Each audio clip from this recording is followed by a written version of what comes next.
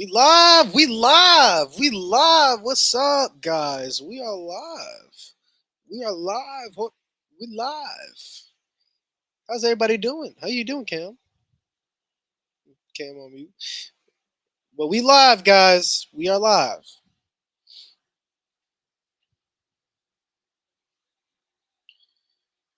We live for this NXT Battleground watch along. They're showing Trick and Ethan Page. But Lewis, where's Mo? Mo is currently editing a video. So there's a 50-50 chance he could pop up. He did say if he finishes the video on time that he'll definitely pop out. What's up, Lewis? How's it going today? Well, I'm doing all right, Ethan. Doing all right. How about yourself? So far for today, it's gonna be myself, Cam, and a special guest named Bert. Brendan, very good friend of mine, Bert. For those of you that don't know who Bert is, first off, Bert is funny as hell. Follow him on Twitter. And first off, Bert is funny as hell. Follow him on Twitter at BertMacklin11. Secondly, Bert covers TNA. And secondly, Bert covers TNA. He does the TNA Impact reviews for BodySlam.net. He happens to also be an NXT fan. NXT is the only WWE related program he watches. So, with TNA being pointed, so with NXT happening, or as he calls it, TNXT, thought it would be fun to come on and watch along. So, Bert is coming. He says what he told me in a second. So, you just got to play the waiting game, I guess. So your prediction on the 6-woman ladder match. Ooh, how do you feeling, Ken? Who you think walking out as North American champion? I'm going with Mia Yim. Going with me Chin, eh?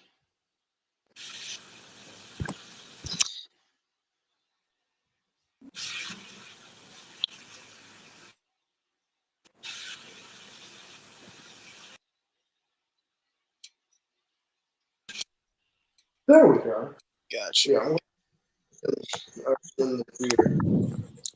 I keep looking back at the participants in here. So Ruka, most from what I've seen with most things, you're like the last person standing on the go home show. Right. And that's a pretty good sign for winning on the pay per view. So Ruka was the last one standing, so I don't think she's winning the championship yet. Orton, I wouldn't mind it, but Kalani's Orton, I wouldn't mind it, but I don't think. I think any of them are a W. Yeah, I think any of them are W, but I think Meachin's winning it. I don't see any reason why, especially since she's not doing anything on SmackDown really, why she can't go to SmackDown, why she can't go to NXT for a bit and carry that championship. Carry that championship for a bit, for like a few months, give it some credibility, and then ultimately drop it to Alan Henley, who I think is going to end up with that championship anyway. Who I think is going to end up with that championship anyway. I think it's weird Thea Hale isn't in this match because if Thea Hale was in this match, it would be my pick, but she's not. I agree. I thought Thea Hale should have been in this match. Cam, there's a slight echo on your end. Oh, my bad. There's a slight echo. Who do I have? I think it should be So Ruka, but I'm cool with any of these women winning, man. I'm alright with it. I'm cool with it. What up, Z? How you doing, man? How you doing? Lewis, what will be your predictions for Monday Night Raw next week? I don't know. I mean, I think Ricochet is going to interfere between Braun and Ilya, and that's going to set up Ricochet getting written off. But only time will tell. We'll find out tomorrow. So.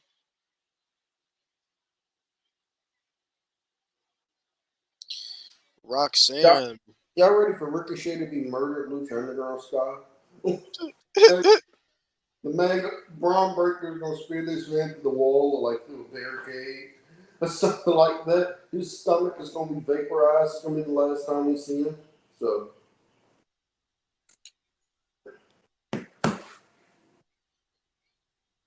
Nah, Er, I wish it was cherry Pepsi. I'm drinking regular Pepsi. The Dan Raleigh Convention Center the Dan Raleigh Convention Center didn't have cherry Pepsi. It's stuck with regular. I have vanilla. Never had vanilla Pepsi. Let me see. Nah, Ahmed, they need to restock my cherry fucking Coke. That's what I think they need to do. How would you write off Ricochet if you had the pen? Honestly, let Braun Breaker kill him. Any way Braun wants to do it, just let him do it. It's the only logical way. How's vanilla? It's good. Beer. I wonder why Ricochet's leaving. He's probably not satisfied with where he is on the card. He probably feels like he can be more, and I agree, but it kind of depends what company he wrestles for. Like, I don't think he's ever going to be a main event guy in WWE. I don't think that's ever been the case with Ricochet. I agree. I feel like if he goes to AEW, to be quite honest with you, I think he'll end up in the exact same place he's in now. Like, I agree. with you. I think he should go to TNA personally. I think he has incredible name value, and they can thrive off that name value, and he can fit anywhere. But time will tell with Ricochet. But he's just doodle on the mic. That's why he's always been in the same place. I agree that he is due to on the mic, but I agree that he is due to on the mic, but I think it was a very big mistake on WWE's end. Like one of the things I would have liked to see happen with Ricochet is kind of like how Finn Balor has like the demon persona. I would have liked to see WWE pay out how much money they need to pay out to Lucha Underground, whoever owns the right to the Prince Puma gimmick, and let Ricochet adopt Prince Puma in WWE. Not as like a full time thing, but like for like not as a full time thing, but like for like how big matches Balor or how he used to have the demon. I would like to see. I would like to see Ricochet for big matches dress up as Prince Puma, something like that. But Miguel, he's dog shit on the mic, bro. Stop it. He's fucking trash on the mic. If you get cooked by Logan Paul, you're not a good mic worker to me. I'm sorry. He's fucking trash. You guys let in-ring ability overshadow everything. He's trash. I feel like Logan Paul was like the final straw. Yeah, that's what I feel like ruined him. All he had to do, and people have said like they want Ricochet to get these chances, and WWE has tried giving him the chances. Like that Logan Paul feud was a chance for everybody to see what Ricochet can really do. And every time he got on the mic, he sounded god awful, and he got cooked by Logan Paul on the mic. And I'm sorry, you're the veteran. You've been in the game for damn near over 20 years, and you suck on the mic. Come on, man. There's so much WWE can do with the dude who's not charismatic. again, I do agree with you that he isn't charismatic, but at the same time, I think it's. But at the same time, I think if you realize that somebody is not like as charismatic as you want them to be, I still think you should try to find a way to work around that. Which is why I would have liked to see WWE adopt the Prince Puma gimmick for Ricochet. Like sign, like have him buy out the Prince Puma gimmick and have Ricochet play that off. I think Ricochet could have done well with that or something. I think that could have got him over. But I mean, yeah, Ricochet is unfortunate. He was never a top guy. He was never going to be a top guy, but he was in the exact same. He was in the role I pretty much pictured him in, which is just a mid-card guy. So Miguel, I'm not hearing that he came into a bad system with WWE. He stayed long enough to where Triple H took over. Everything that's kept Ricochet in the mid card, it's all on the fault of Ricochet. He's not good on the mic. He's not charismatic. I agree with Cam. Prince Puma should come. They should get the rights to Prince Puma. But that's not the reality we're in. He sucks on the mic. I'm sorry. You can blame Vince all you guys want, but in reality, he won 2 titles under Vince. You know what I mean? It's like you blame Vince all you want, but sometimes we just have to be real. Even though Vince is a horrible guy, horrible booker now, there's guys that just suck. And Ricochet absolutely sucks in the mic work department, regardless of who's taking over. But then again, a lot of you guys let in-ring work overshadow everything. Come on, man.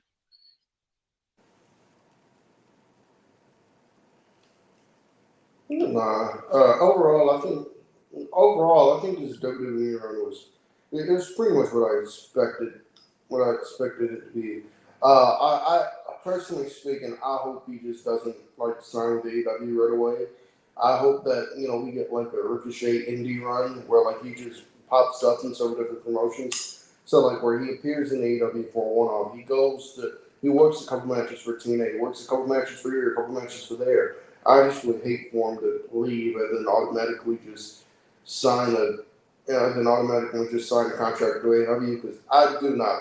Because in AEW, I honestly do believe he'll be in the exact same spot he's in now. So, all right, let's get Battleground started with UFC Apex.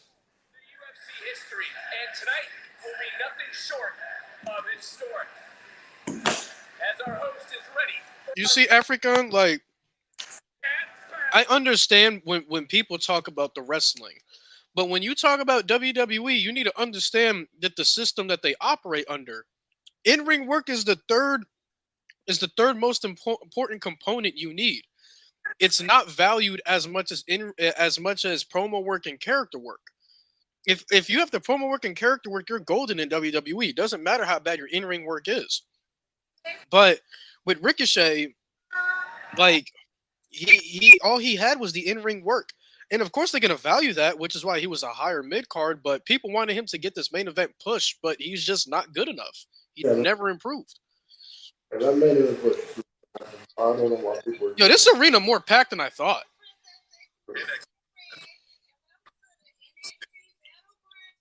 UFC.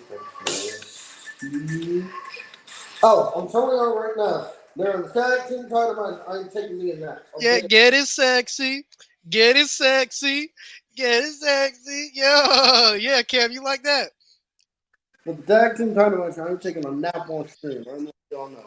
I'm taking a long nap. UFC Apex will transform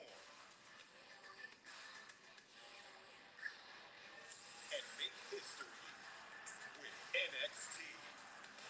At Battleground, we will crown the first women's North American NXT champion.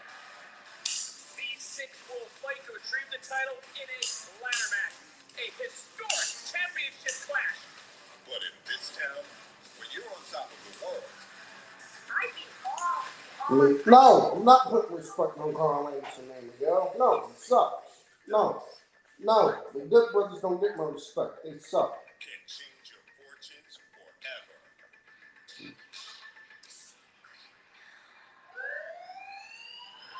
TNA Knockouts champion, Jordan Grace. Now, Roxanne, you have built your name the same as I have in TNA. So at Battlegrounds, I'm challenging for your NXT Women's Championship. Jordan, I'm sending your ass back to TNA with nothing but disgrace. The doors to UFC Apex may have been open, but the transformation has only just begun. We will enter the NXT Underground to prove who is the best. Shayna Baszler or Lola Vice. People have forgotten about the dominance. In the Underground? After I tap you out? After I Hey, I'm in love with Roxanne. I ain't gonna lie to you. That's all.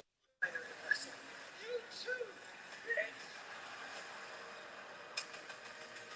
As the Wolfpack era prepares to take over the scene.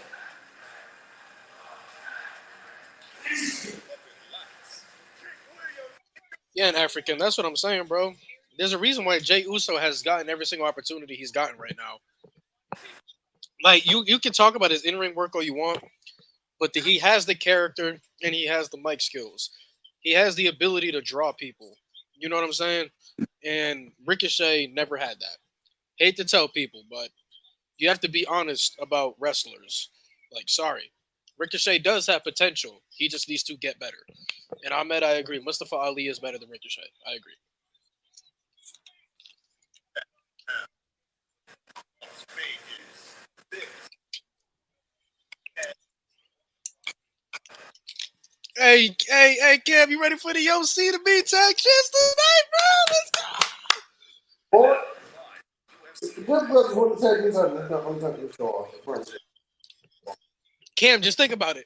Tonight, the OC wins, and then in like 2 months, God win the tag titles. Oh my God, man, Cam, brother, Cam, it's gonna be a great Cam, it's gonna be a great summer, Cam. So we walk. Why are you hating on greatness? Z, exactly. LA Knight is a great example. A dude who's okay in the ring, but he's exceeding and getting all these opportunities because of his character work and mic work. But I'm tired of people acting like in-ring work is good enough to get you a main event spot. It's not good enough. Oh, Cam, we start with the ladder match, Cam. Here we go. I'm not ahead of you, but I mean we're at the same time. But I saw it. I saw the ladder. I saw the ladder outside.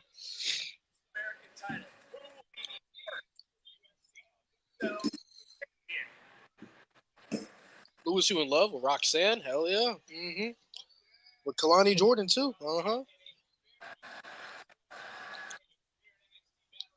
Do I think Roman Reigns will remain a heel? No, I think he'll be a baby. He'll be a face. Oh, God. Cam, you ready for Miss Parker? I am ready for this possible. It's So Ruka. It's Tyler Bates' baby mama. No, I'm playing. She not. They don't have a kid.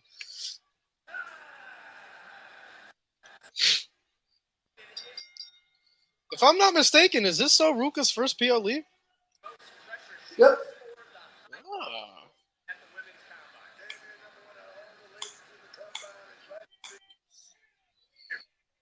Shout out So Ruka. Miss Parker. Oh, she here?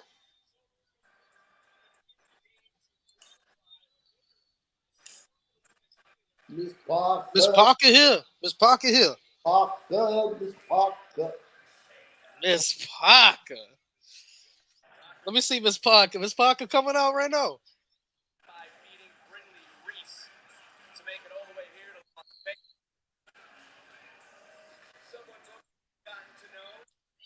Ooh, Cam, this is a good question for you. Do you think someone else could get involved in this match, costing someone? Yeah, I think Thea Hill might cost Fallon Henley. Yeah, I can see Thea with the wall. Thea Hill.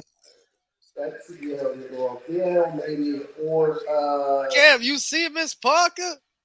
Miss Parker. So I'm just stuck answering this question. Thea Hill. I was gonna say Gigi Dolan, but Gigi Dolan is injured. So I don't know how long. So that's why she's been on TV the last couple months. So yeah, yeah, it's about it. JC Jane maybe, but I don't know who JC fuck over. Yeah. Miss Parker just winked at me. Me Chin?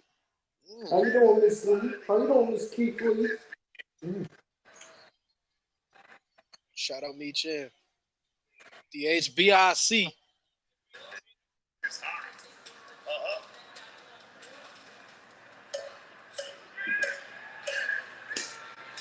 I love this thing song. Yo, what up, Lorenzo? How you doing, buddy? Yeah, it's possible. I mean, Lewis, anything can happen, especially in a ladder match. Yeah, that's for sure. Anything can happen in a ladder match. Anything can happen. So Ruka get picked? Yeah, so Ruka my pick. Byron Henley got the pink coat on. My God. Fallon Henley out next. She got the fedora on. Oh, yeah, she's styling. Profiling, man.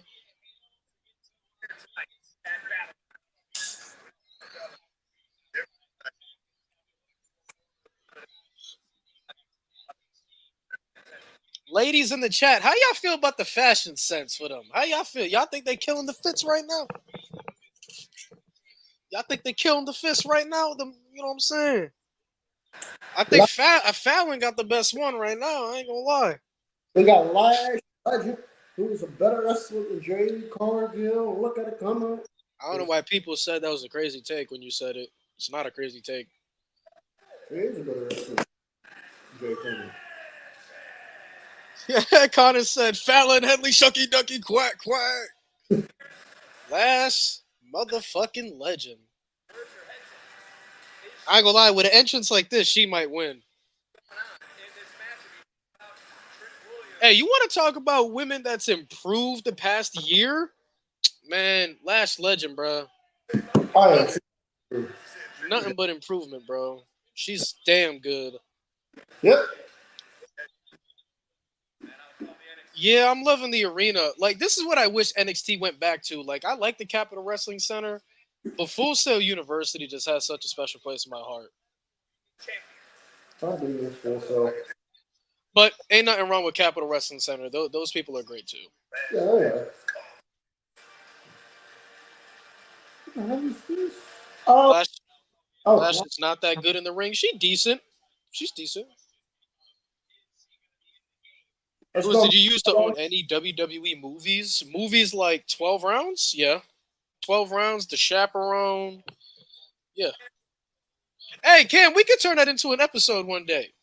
What? WWE movies we've seen or watched or owned? Like 12 rounds, See No Evil, The Chaperone, Leprechaun, when Hornswoggle was the leprechaun.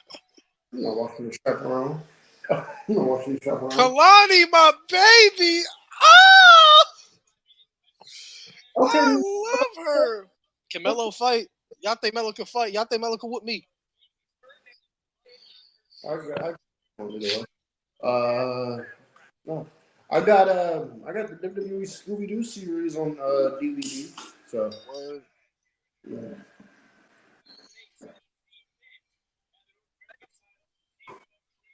Y'all think Melo can fight? Melo can't whoop me.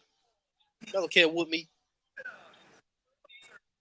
One video. Cam, you got Miss Parker, right? No, I got Meechum. Well, Now I'm saying you taking Miss Parker out. probably. Man, Lewis so down bad. Relax. I ain't say nothing crazy. Yeah, that's my stink. That's my stink. That's my stink. For real. It's my stink for real. You feel me?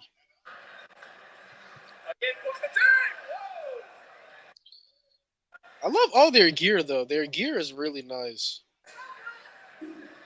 Lash really got the blue popping out though. I ain't gonna hold you. You got exactly what you deserved. I told you to get out of the way and look at Jordan right into Lash. Again, this ladder match, everything legal. Ooh. Right, missile drop kick. Cut. Again, who Ronnie. would be first? Cut. You know, Ronnie. to retrieve the title will call themselves champion here tonight. Fallon right now running a little bit of interference, but Lash taking over. Oh shit. Is my audio? Can you hear my audio, Cam, or no? Like from the TV? Can you hear my TV? Not that much. I can hear some, but just squeaking for the most part. It sounds like squeaking. So Lewis, do you think that WWE should bring back the Battle Royal matches, or do you, bro? What do you mean? They always have them. They just had it for Becky.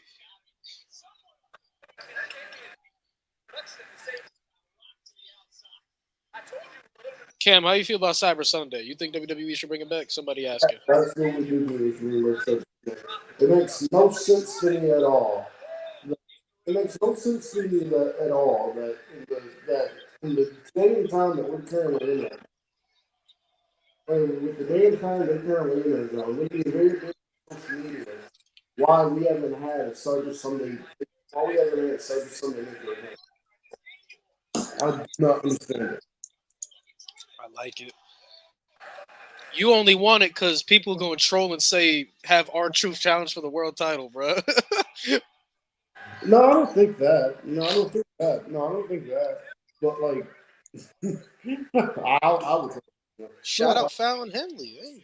no, I don't think that. It's just what's it called? It's just the thing of where like, I do not understand why they fuck this back. Connor just said this match sucked so far. Well, we're just in the opening stages, bro. Calm down. We're in Man, relax, man. the opening stages. Calm down. W. Adam Cole mentioned. I mean, they have to mention him. He's the inaugural North American champion.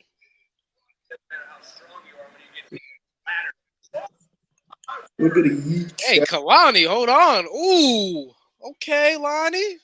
Okay, Lonnie.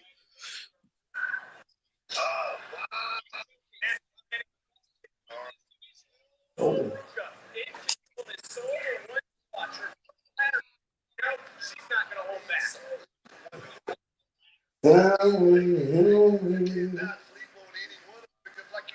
Yo, Jada's chops are ridiculous.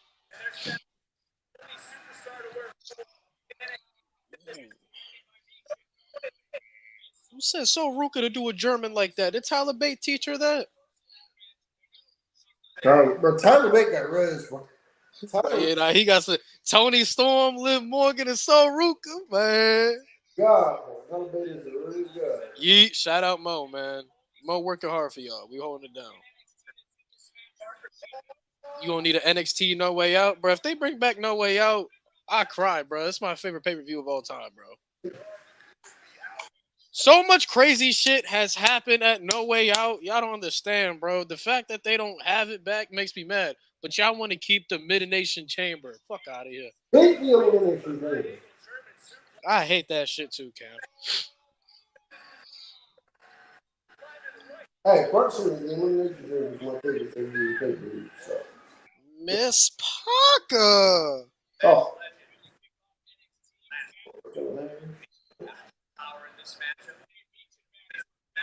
Dang.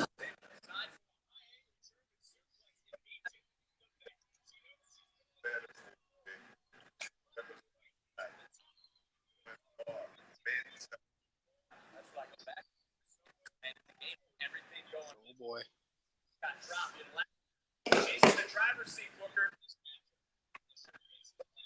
Oh wow.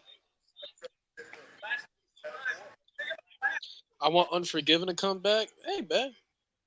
Hey, guess who pulled up, Cam? Sorry, what up? Sorry. I'm the big bird. I had to fucking re-sign into my shit. What's going on? How's this match been? It's been alright. We kind of started like 5 minutes ago, but so far it's alright. This reminds me, it's not as low as people said it was going to be because I remember that one TNA show where they had an Ultimate X where it looked like you could jump up and touch it. This isn't that bad. No, I remember that. Wasn't that Queen of the Mountain Man or something? King of the Mountain match. I always hated the King of the Mountain matches. It made no sense to me. Like, why do I gotta pin somebody, put them in a box, and then get a title and hang it to win? I like that makes no sense to me. It's a reverse ladder match. Better than that reverse battle royal they used to do. I It pretty much love the concept of the final two having a one-on-one match at the end. I love that shit. It pretty much is just to symbolize TNA. They had a 6-sided ring. They had all kind of wacky stuff that they tried. 6-sided ring is cool, dangerous, but it was cool. I love the Ultimate X though. That's what really made him.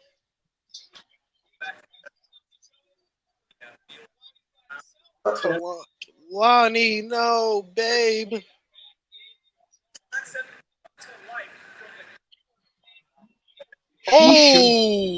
She should win.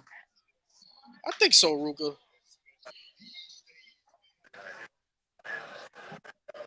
But it seems like Fallon Henley's the most complete in the ring out of the 6.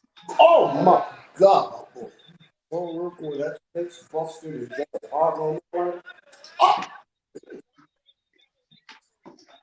I'd say the most complete in the ring is Michin. Oh yeah, I'm not really count. I forget that she's in this match because I forgot it really. Oh shit! Oh fuck me! The face buster to the left. Oh shit!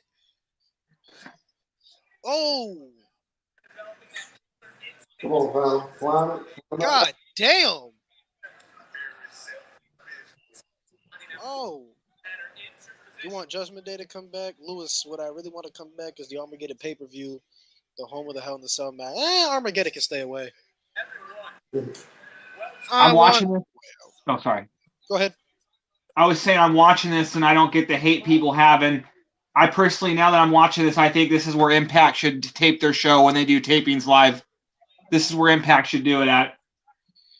At This the is a UFC nice. Apex. This is just a nice building. It looks better than Skyway. It is. It is. I didn't think it'd be packed like this though. Like they really jam packed it. Like I know it's only like roughly 250 people in there, but it looks nice. Getting that many for a weekly show is not that bad. It's fine because I bet that's what they had for Lucha Underground, and they made that shit look lit. Oh yeah, Boyle Heights. Yeah, I love the Boyle Heights Arena. Simple, but it had the feel for it. But I heard Battlegrounds tickets were expensive though. Like only 250 people in there, and I'm pretty sure each ticket was like $300. And then having to and then if you don't live there, it's expensive to go to Vegas.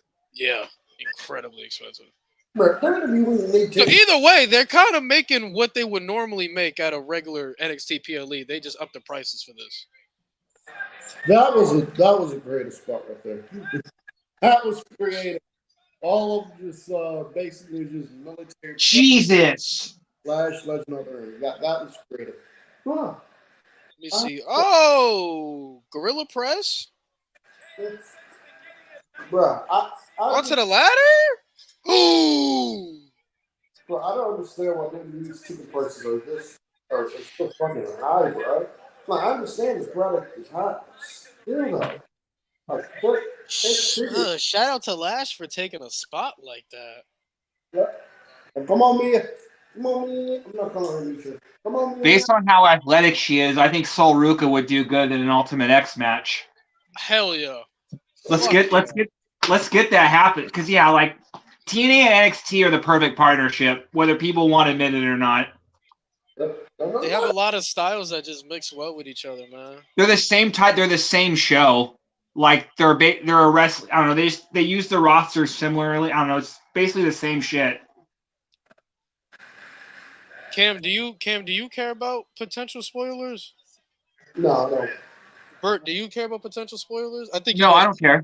So, amongst them negotiating this NXT and TNA deal,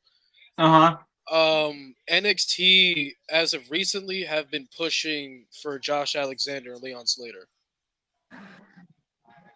That was reported by Fightful that those are the two guys they really want to cross over. Also, I saw.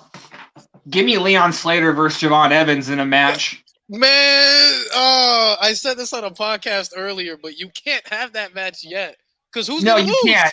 Who's going to lose, man? They're both young. Can't have that yet. But I will say, Leon Slater versus Wes Lee, I'll take that. Soul Snatch. I'll take Leon Slater and Wes Lee.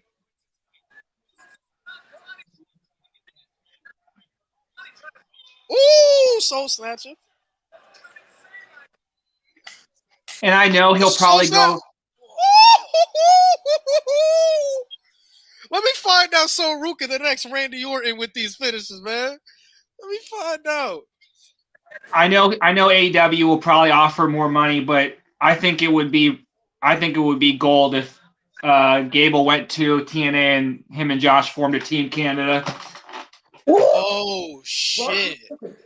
Oh shit! Look at that! You are cooking. Oh, wait a minute, Kalani's going to win?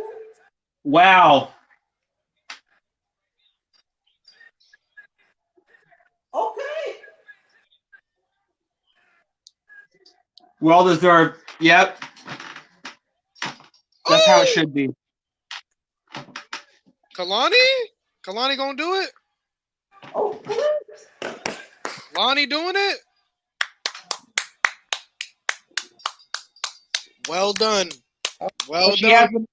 She has the most top baby face potential out of the six. So also feel like in ring wise, she has the much higher ceiling for what they want to push for the North American Championship. Yeah, because the North American title has always been like the in ring title for NXT. So she has the much higher upside. Shout out Lonnie. I know you're not the biggest fan, Lewis, but anytime I think of a mid-card title, especially a white strap, I just think of Brett and Sean in the 90s. That's because you knew they were going to be world champs. God damn it. Fucking Brett. I'm just saying that the mid-card title used to be the title that you could forecast who's going to be the next star. They don't do it like that anymore. For sure, but shout out to Kalani Jordan, man. She honestly, all these women deserve to be North American champion, bro. I mean, you couldn't. There wasn't a wrong winner. Speaking of Sean, Cam had the best idea that we need Camille to come in and be Mercedes heavy, and just come in like Diesel. Woo! Shout out to Stink, yeah. Hey, hopefully, listen. Hopefully, Kalani follows in the same steps as Melo did. This is how Melo started off. North American champion, then he built his way up to be world champ. So, hopefully, Kalani can follow in the same footsteps. Now, with Julia coming in, I don't think she'll beat Julia, but, she could probably have a banger match with Julia. Hey, look here. Shout out to Shawn Michaels. The tradition of the Real Nigga Championship with the NXT North American Championship. Oh, he keeping the tradition, huh? With the women. Shout out to Shawn Michaels. That's the nigga championship. That's the championship designed for the niggas. That's what that is right there. Shout out HBK. Keep me on TV. Also, thank God Sean's there, because if he wasn't, and I may be second to, and then also Triple H to an extent, Melo would never be a world champion on the main roster, because I think he will, obviously, now with the management they have, but because he's not like the biggest guy, which doesn't matter now, but it used to.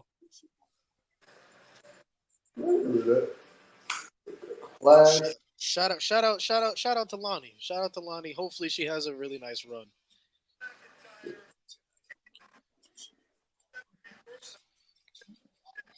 But there wasn't a wrong winner in that match. Anybody could have won, and I'd be happy for him.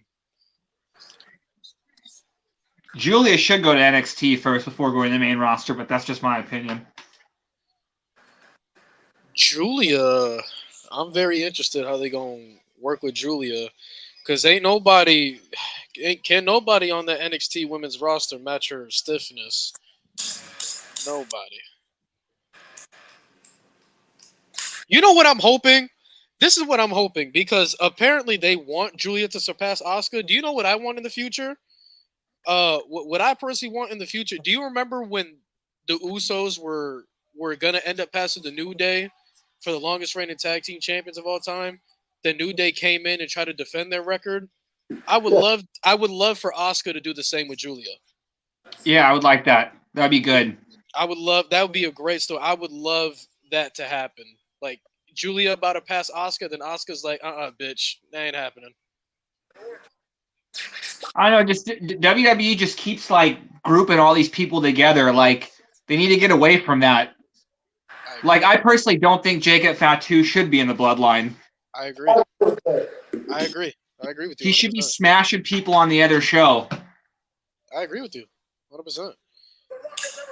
If you ask me, I'd love to see Jacob Fatu in TNA, but that's just me. Like Jacob Fatu and Moose, Jacob Fatu, I know Jacob Fatu and Josh Alexander had a match at Ric Flair's last show, but that match was good. I'd love to see it again. There you go, my Via bitch ass. Here you go. Jesus, Rock. There you go, my Via bitch ass. His bald head. Why is he on? Why are they airing this in the middle of PLE? Real talk, the North American title has been 80% of the time black, and I love it. Hey, man, North American title for the culture, man. Wrestling is Kumo. It's the championship. That's what that is. That is the real nigga championship. That is all we want to talk. I gotta buy a replica North American championship. Hot take, my Via is overrated. That's not a hot take. It's just true. People call me crazy when I say he's not top 5. Sorry, he's not top 5. Top 5 what? WWE history. Oh, The Rock? I don't think he's top 5. The only reason I would he's the reason I would make it a top 6, just because when you do watch the way that him and Austin were 1 and 1A, I think Austin does surpass him in over the years the way you look at it, but you can't deny The Rock was like 1A at the time. I'm such a hater. I will deny everything he ever did. Let me see. The reason why they're showing this during the PLE because other people have ads, so they have to stall time. I mean, it's cool. What Gives makes you- me oh yeah. Go ahead, Bert. Go ahead. I was gonna say what makes me mad. I need to go back and even watch more, but it makes me mad that they never made Kurt the guy. Kurt should have been the guy. He's funny, like he's like a comical heel, but I don't know. And he could be a bad. I don't know why. There's a reason he went to TNA other than other things, but you know what I mean. TNA treated him a lot bigger of a deal than WWE ever did. There's a lot of guys that could have been the face of the company if they had the opportunity. Like Kurt is definitely one of those guys. Triple H, like if they went full on in on Triple H, that's another one. To me, a guy right now, like a guy like Drew McIntyre, that's another one. Yeah. Ethan, buddy. I want people to realize this. When we start doing hot takes and saying that, that this much should have happened at this show here, can we please start looking at if it's actually realistic or not? The Rock Wrestling in 2007, I don't think was realistic. He was in Hollywood by then. Like, he was a full-blown Hollywood star by then. And WWE were not on the planet. What did he say for what Mania? 23? Yo, yeah, he's done, bro. He wasn't coming back. He was too busy filming Scorpion King. Yeah. Just stop, y'all. Stop. Oh, sorry. Fantasy book shit. As a community as a whole. When y'all fantasy book shit, can y'all please start trying to make it actually realistic with like shit going on and with shit actually going on? Don't just go, well, at WrestleMania, John Cena's going to show up. How is Cena going to show up? The fuck? Bro, Vegas looks expensive. I'd be uncomfortable in Vegas. I ain't gonna lie. I've been looking at hotels already. And, I've been finding some pretty good deals, which I'm actually thrilled about. So hopefully the flights aren't too bad. I'll try for Mania, but as long as I can go to TNA or and other shows that are in town that week, I'll be fine. But it'll be dope to go to Mania. People call me crazy because I say I'm not in a rush to go to a Mania, but for me, it's been an ultimate dream of mine to go to a Bound for Glory. Oh, I've been to Bound for Glory. You son of a bitch. Bro, the only time I really had a chance to go to Bound for Glory was when they had it in New York. And it was Eddie Edwards and Josh Alexander. And I really wanted to go.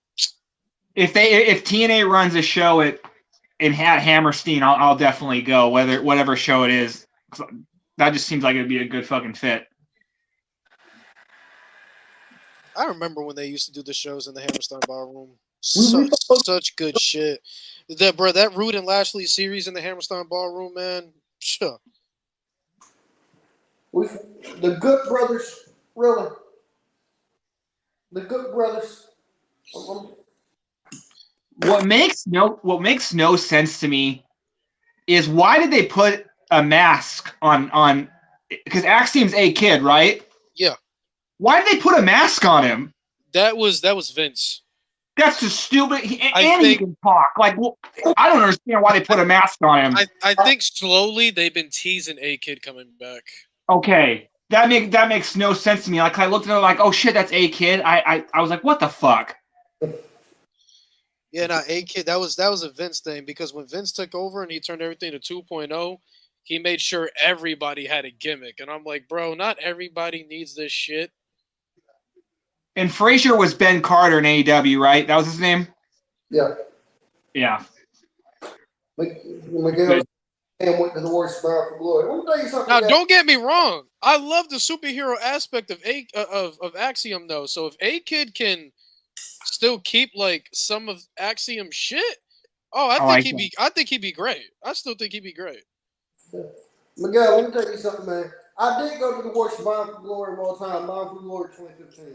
I did go to the worst Bound for Glory of all time. Goodness. But I got third row seats. But I got third row seats for $20. Got to meet Dixie Carter, Jeff Hardy, Mr. Anderson. I know Bert don't like Mr. Anderson. Mr. Anderson, Bobby. You don't like Mr. Anderson, Bert? Everybody. No, just I don't know. He just seemed like a tryhard. I don't know. I hated Mr. Anderson. Master. Bro, I fucking love Mr. Anderson. It's sad that none of his title reigns in TNA were worth a fuck, though. That's the sad part. One of the worst world champions they've had. I stand on that, bro. They never gave him a proper run. Unfortunate. He held the title for a week, and then, oh my god.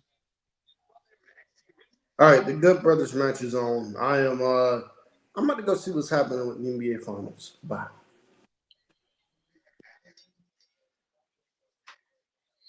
Oh boy. I believe the Mavs are winning. Frazier and what do you call it? Axiom. Just call him A Kid if you're comfortable. No. Frazier and Regal's son are gonna surpass. In terms of like what British talent have done, are gonna surpass Bate and Dunn. Really? I thought they would have pulled the trigger on them a long time. They haven't really done anything with them, and I just see more from these two. I don't know.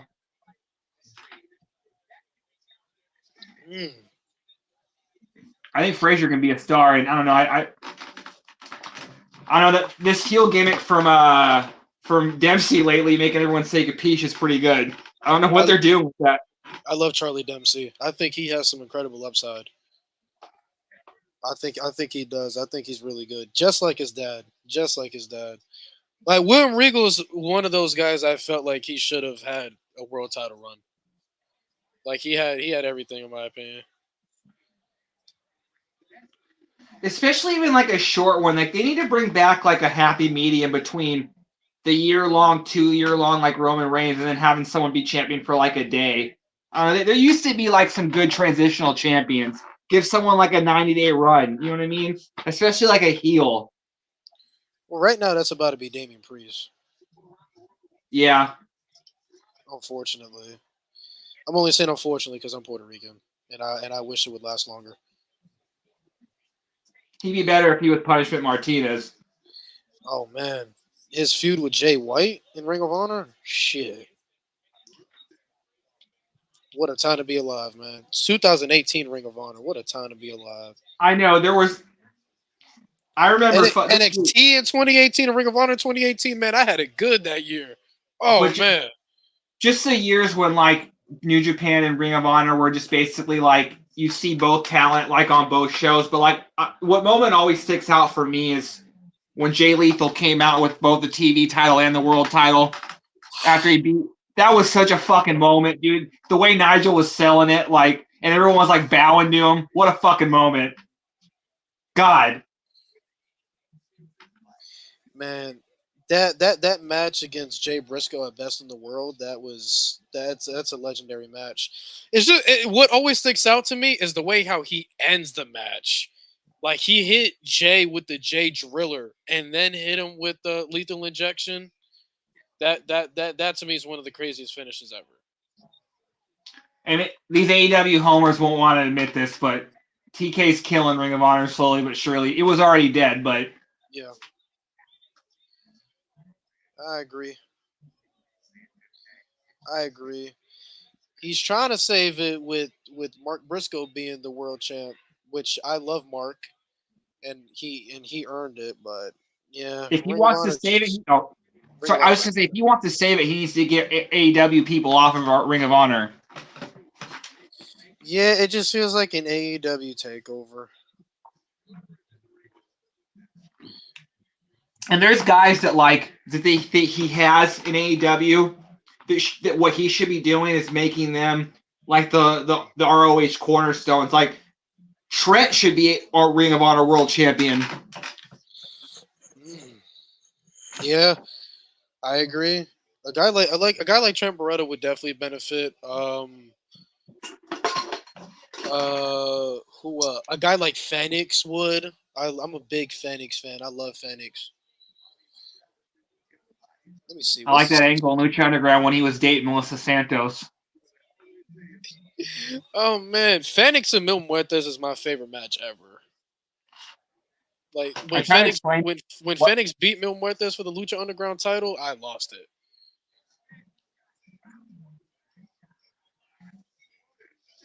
Let me see. Celtics and Mavs are tied right now. I try to explain to people the wackiness of Lucha Underground. I'm like, dude, this guy Brian Cage one show killed like the police chief.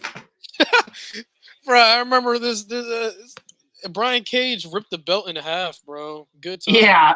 Man. Good fucking times, man. Good fucking time. Lucha Underground was fucking great.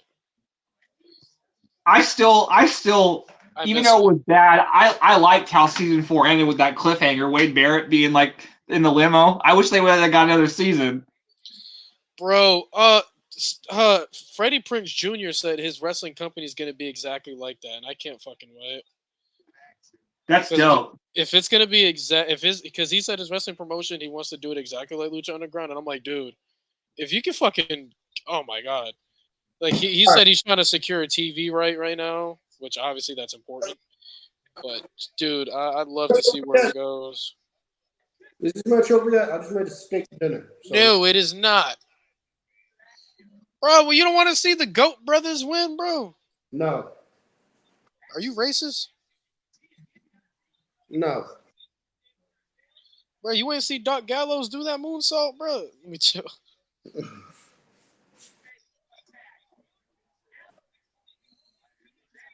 Y'all said Cena not top 20. Yeah, that's why I don't. That's why I just ignore people. I just have such fond memories of the Good Brothers, like especially when they would came out with AJ and the Young Bucks. They had all the fucking gold in ROH. I have such fond memories of the Bullet Club. Good times. I remember Doc Gallows putting on a great match with Joe Doring, man. That was a very good match. That was fun, chaotic, fucking just they tore the arena down, literally. I went back and watched Joe Doring's 2 title matches from AJPW, and they were fucking incredible. Joe Doring's underrated. I hope he's doing all right. I hope he got because I remember he had like cancer or some shit, right? That's why Yeah. he went away. So I hope he's doing good.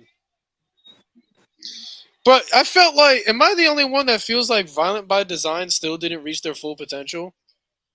I wasn't a fan of that faction personally. What? Yeah, because they should have been what the system was in terms of having all the gold. Factions like that deserve a moment where they have all the gold, and they didn't get it. Like I thought they were doing something when Cody Deaner turned, and then when Cody Deaner took over, I was like, all right, it's over. It was whack, yeah. Horrible. I also felt like Steve Macklin deserved a longer run with the Impact title, like a way. I think he's going to get rewarded for re-signing. He'll get a big one.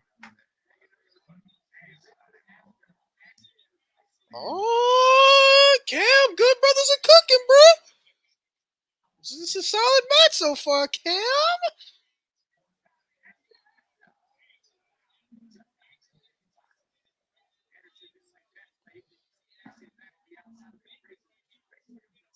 Ooh. I just remember that match when when Anderson started dancing with Maria. That was so funny. That was such good shit. Bro, I miss Johnny Impact. God, I miss Johnny Impact. Johnny fucking Impact. Remember in Lucha Underground, you had Johnny Mundo, you had Ricky Mundo, and then you had God, dude, they were so good in that. That's when he peaked. He was amazing in Lucha Underground. Bro, let me tell you how angry I fucking was, dude. Like, do you remember the all night long match between Mundo and Puma? Where it was that was what they called their Iron Man match, right? Yeah, it was. Yeah. Bro, I thought so. I was so happy. I thought he had it in the bag because Mundo was up like 4-1 at one point. That's right. And then when Alberto El Patron got involved, I was like, you fucking bitch. Because I wanted Mundo to win so bad. You have no idea. So fucking bad. Axiom about to put Gallows to sleep? I like fucking his brief stint when Ezekiel Jackson was at Lucha Underground. He had an eye patch. Oh, big rig. Big Rick, yeah. Big Rig.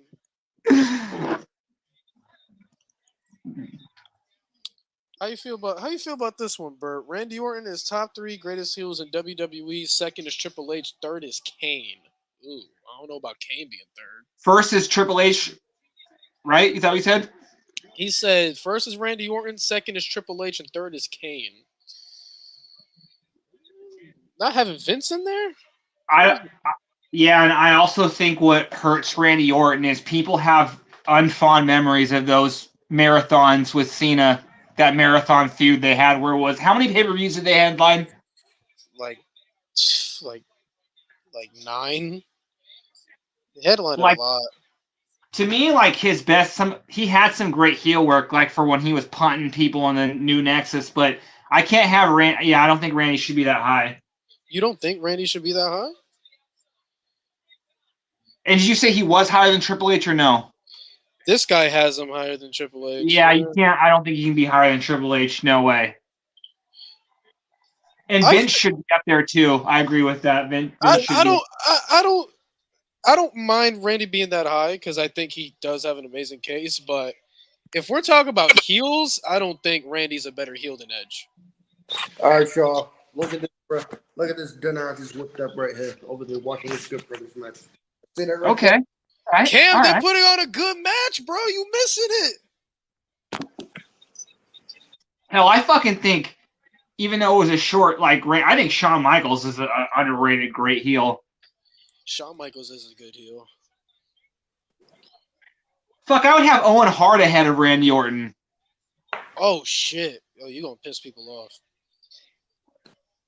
I just don't, cause I don't know, there's just, at a certain point, Randy was, like, really over when he was technically supposed to be a heel. Like, you got to go out there and actually try to get hated nowadays. Oh, shit. Oh, they about to end it? Axiom and Frazier about to retain? That's why when they bring Britt Baker back, they need to bring her back into town wherever they have Whataburger and have her go with the fans again. All right. Well, Nathan Frazier and Axiom retained. Thank God. That was a good match, Cam. It was solid. It was very solid. Crazy. Frazier and Axiom at the care. Crazy. Cam hating, guys. The Good Brothers are at that point now where they're going to go put younger people over, up and coming talent over, give them a good match, give them a good story. I mean, a good, whatever. Good. They're not going to win, but. Can we please remove the colorful shit from the other NXT titles? Like, I hate the colorful shit. Like, go back to the regular gold look. Like, oh. Belts should be either silver or gold. I agree. With the exception of the TNA belt that had the blue writing, I did not hate that. I loved it. Shit. Oh boy. Cam, what you doing? The Tama Tonga shows up right now. Becoming a superstar, breaking out on my own. Cam, why do you hate Tama, bro? Tama's good, bro. I'm cutting the show off. Cutting the show off? You can't. I'm running the show. It was about us. Tama bores me to tears. I'm sorry. That's what I'm thinking. Are you racist towards Tongans? No. I am tired of this damn family, though.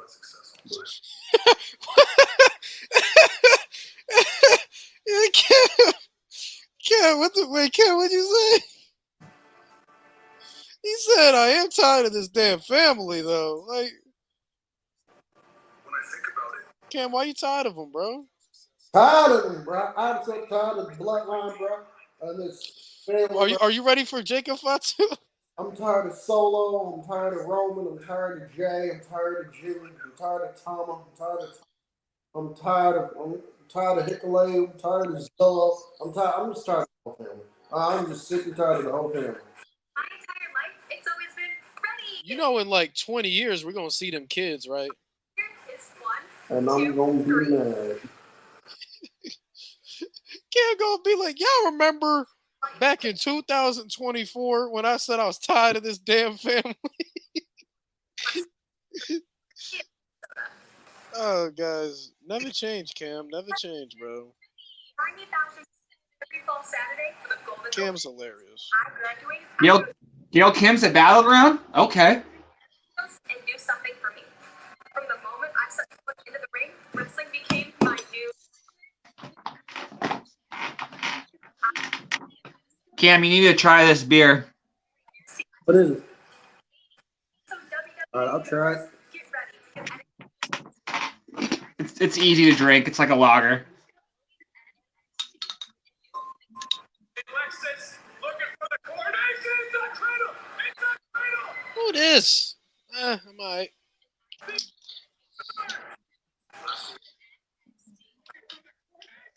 And You know who would be really good getting a TNA tag title run would be Gallus.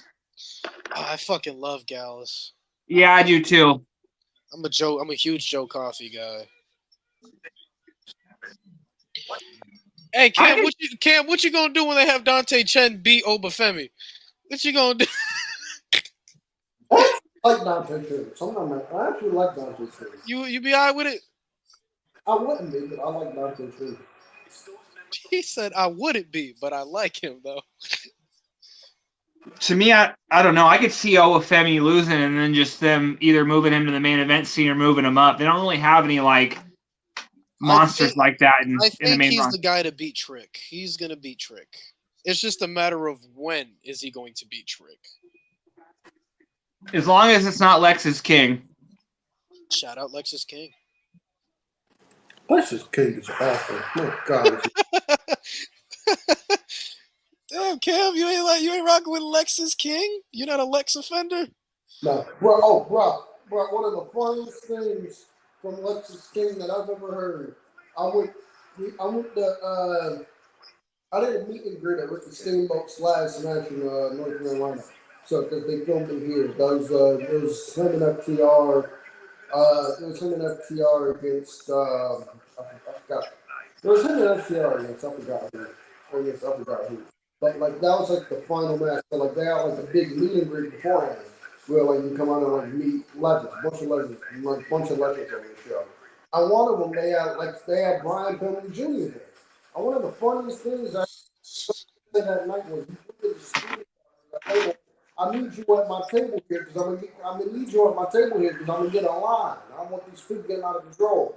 And I sat there and was just, I sat there and wanted to laugh so badly. Right, you ain't getting a line here over the people they have here. You were not getting a line. And I was right. He didn't get a line. I think I was legit one of the only people that went up to him. But Yeah.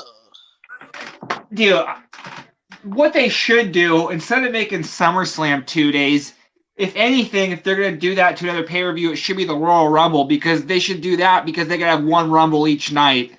Having two Rumbles in one night is too much. I think the route they're going is every big four is going to end up being 2 nights.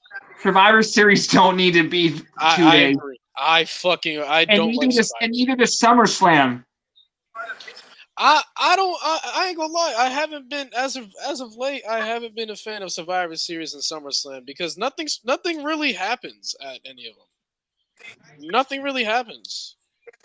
If anything, Survivor Series is kind of a dumb pay-per-view. It's like the All-Star game. No one gives a shit. No one tries. It seems like. You're not wrong. That's a great analogy. You're not wrong. I'm gonna be honest. I'm gonna be the first one to say it. I don't like War Games matches. hey, why? I don't like War Games matches. Roxanne, Jesus, oh my God.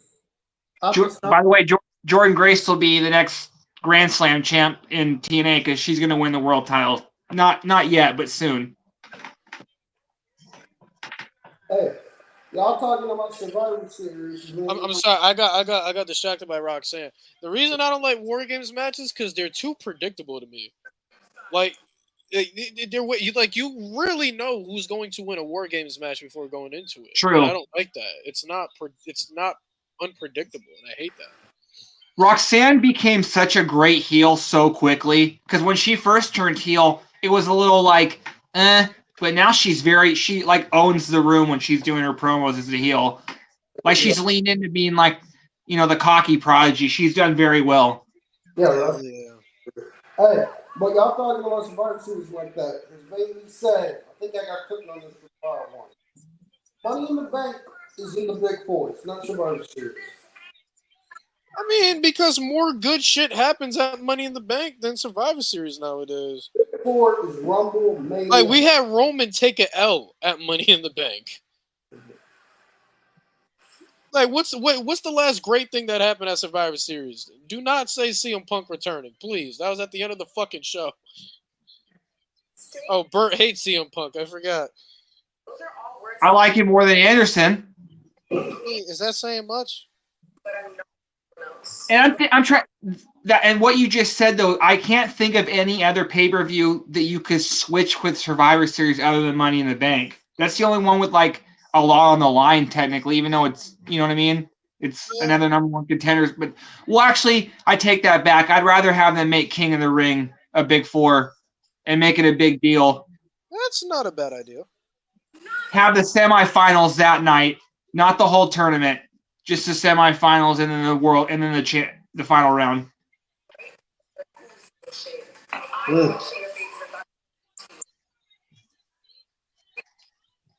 No one will ever top King Booker, but they need to bring back somebody being a great king. Yeah, Gunther. That's true. Good Gunther right now, man. Put some respect on King Corbin. Fuck out of here. God damn it. How about that? Get out of here. How about that? Fuck that. Corbin, I don't know why Corbin should have been a bigger deal based on the way you know what I mean? His finisher's badass. He should have been a bigger deal. They ruined the Lone Wolf. They never pushed it. Well, he should have never came out with that long hair either. He should have been bald from the beginning. That hair was bad. I don't like him bald, man. Oh, I don't like him. Then he should have gave him like. Then they should have gave him like serious plugs or something. No, I will not put respect on King Nakamura, bro. Nakamura did not win King of the Ring. Put respect on King Nakamura. No, Nakamura stole the crown from Baron Corbin. King of the Ring. Lola Vice is gonna whip Shannon Baylor's ass right here. Vice City.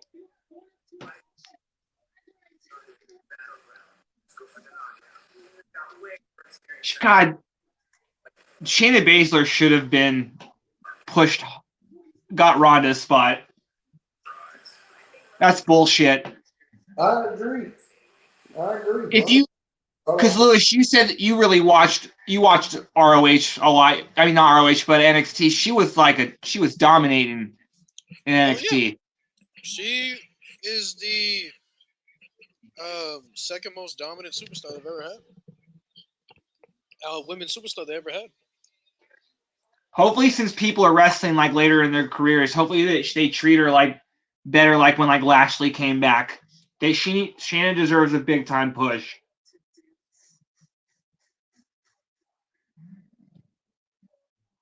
She would benefit with having a manager. Hell, fuck, give her Paul Heyman. Get Paul Heyman away from the bloodline and have her manage fucking Shayna. I agree.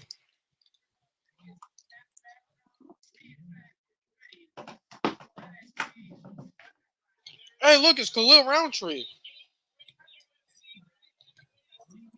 Brandon Reno's dope, though.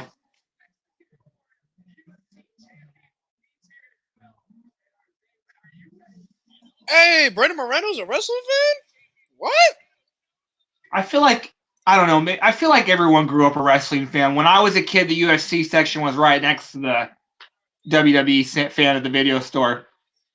Oh, he's wearing a Rey Mysterio shirt. Shout out Brandon Moreno. Oh, so this is a Josh Barnett Bloodsport match. Hey, did you see the Bloodsport match that got announced? What? Who is it? Fuck. It's Bryan Danielson against... Fuck. Tom Lawler. Okay, when is this?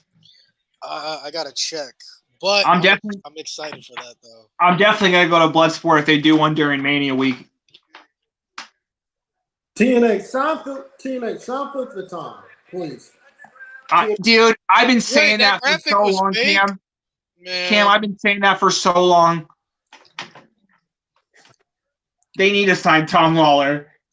But Tom Lawler is so cool, bro. He's legitimately one of the coolest wrestlers ever. He was we had him in Durham for BPW show while he was waiting on his ride outside. While he was waiting for his ride outside to come pick him up, he was willing to chat with fans and everything. And he was cool as hell. So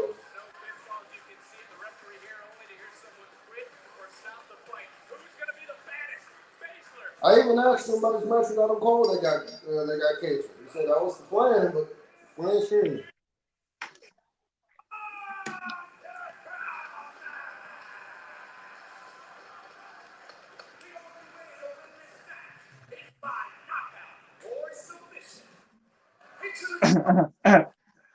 This looks so corny with the people around the ring.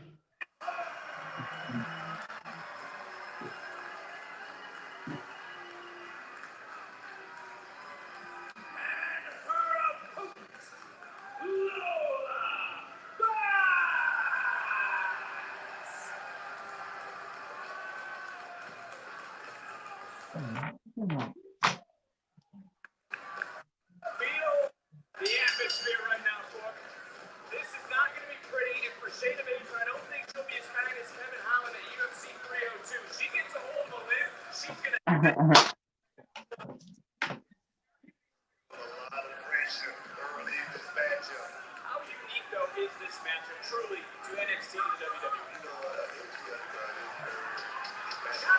Take it off. Baszler right on top of Hammer Fist. Now trying to stop away on the place. Referee's right there.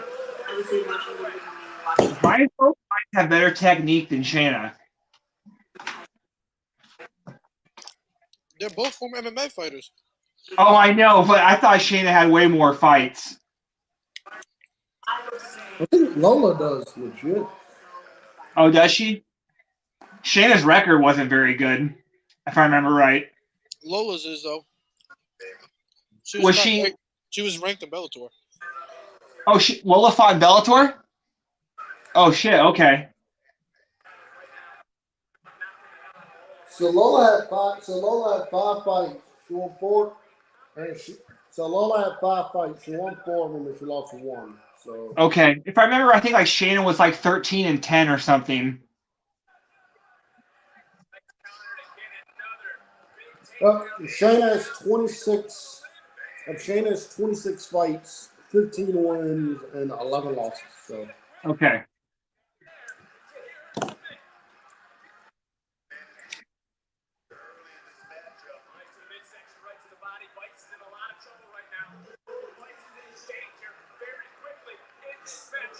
And if you want to get paid, you got to be willing to take the pain. And right now, face first with Shayna Baszler, and that will break any hold. Beautiful setup by Lola Vice right there, but she still got to be a little more. Right to the back of the neck, and now trying to lock in. Nice body scissors, and a great time is wrapped around the body of Shayna Baszler. Baszler now is in trouble. They could print money with Lola Vice if they made a GTA Vice City style shirt. I'd buy it. Bert, What? I agree with that. Bert, they should do that. I'm trying to think of a song she could come out from the game, but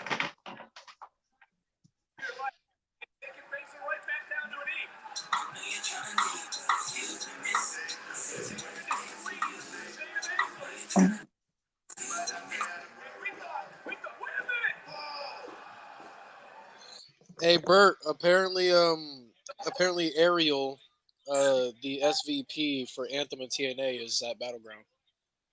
okay.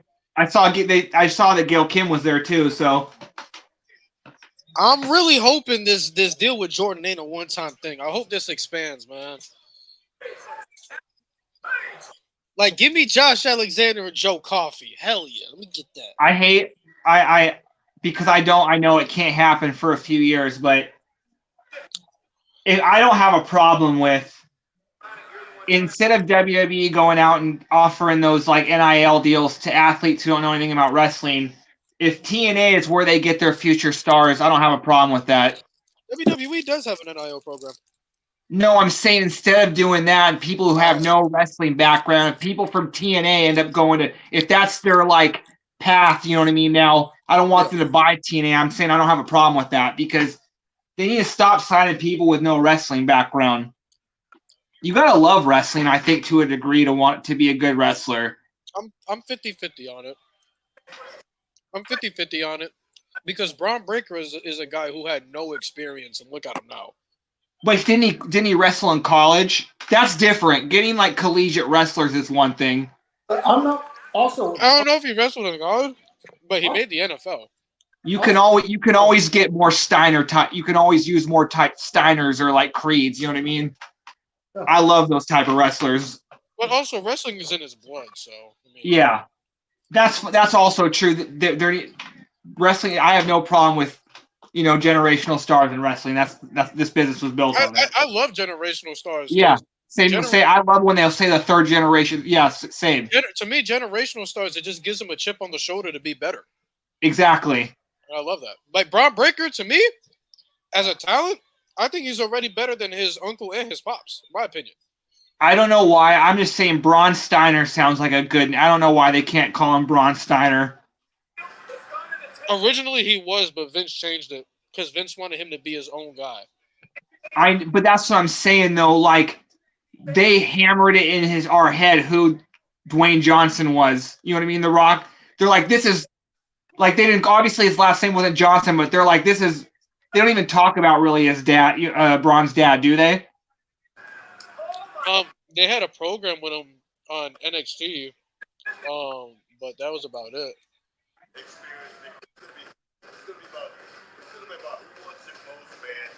I'm sorry, I'm a big UFC fan, but you can't choreograph MMA like this. This looks bad.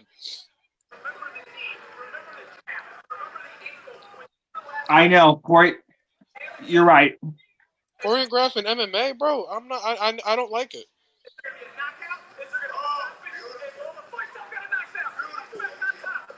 That's why I don't know why like they do the blood sport matches are a little bit better. They're more of like a shoot fight.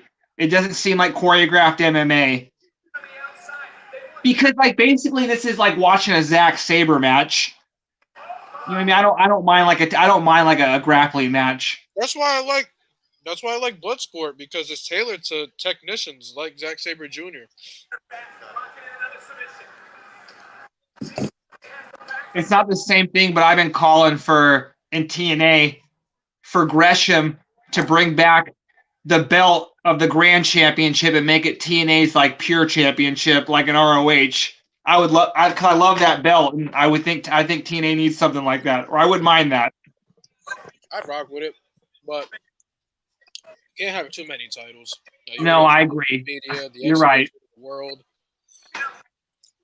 Well, maybe just drop the digital media name then, because I hate that. I think that title's name is stupid. The glory days of Impact, man, where Matt Sydal was Grand Champion and X Division Champion.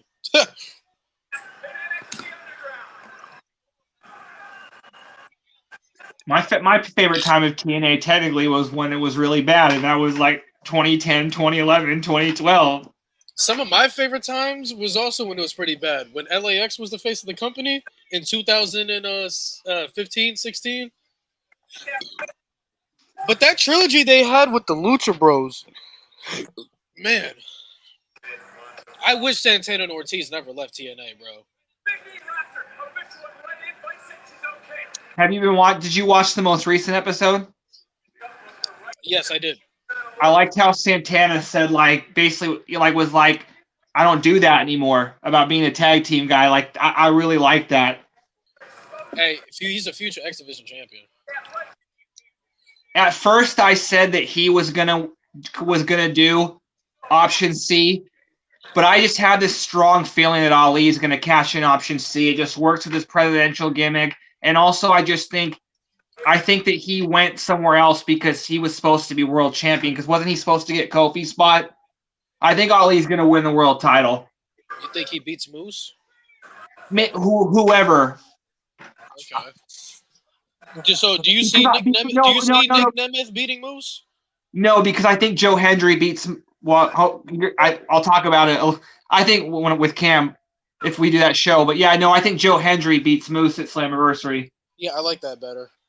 Because Ali is better as this heel, like this cocky politician character, whatever he's doing, like this grifter. But yeah, no, I think Hendry, because they need to pull the trigger on Hendry as the world champ. Because I always kind of thought he went backwards when they were going to put him in the team with Yuya. Even though it was entertaining, he shouldn't have went down after the digital media champion. He should have went up to the main event scene then. And they really don't have any top baby faces in TNA right now. Hardy's not going to win. If Matt Hardy wins, I'm going to snap. And on top of that, he's your most popular guy. Yeah. If Matt Hardy wins, I'm going to be very upset. Oh, I'll shoot myself. Oh.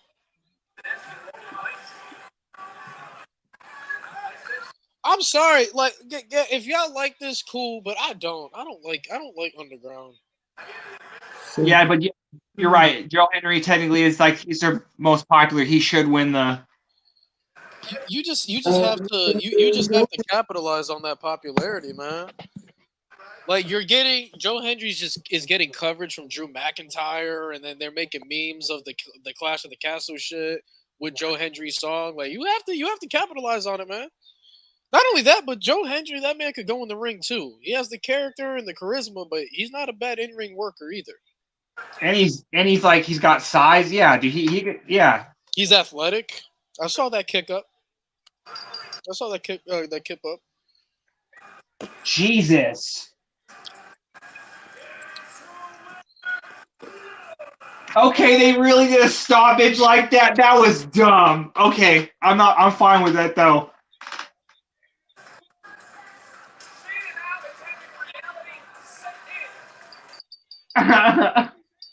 Low Vice is good though. All right, so real shit. Stay away from the underground matches, please. Unless they're gonna make them like the Lions Den matches, I'm fine. Then I'd be okay with it. I like the fight pit.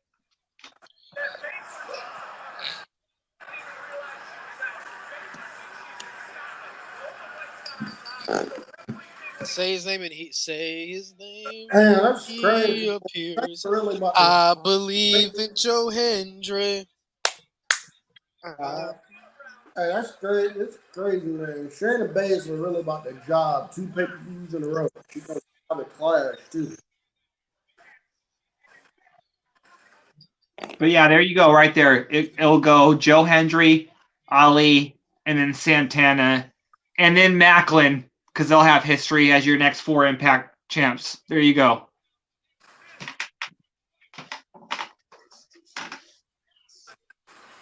And then the 5th one should obviously be Trey.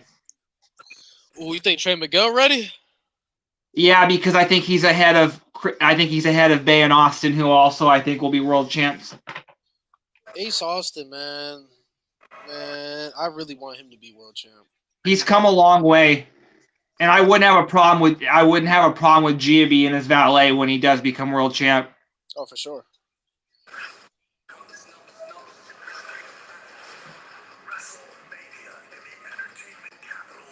Dude, TNA's got like such. I think this is the best roster TNA's had since I've been watching.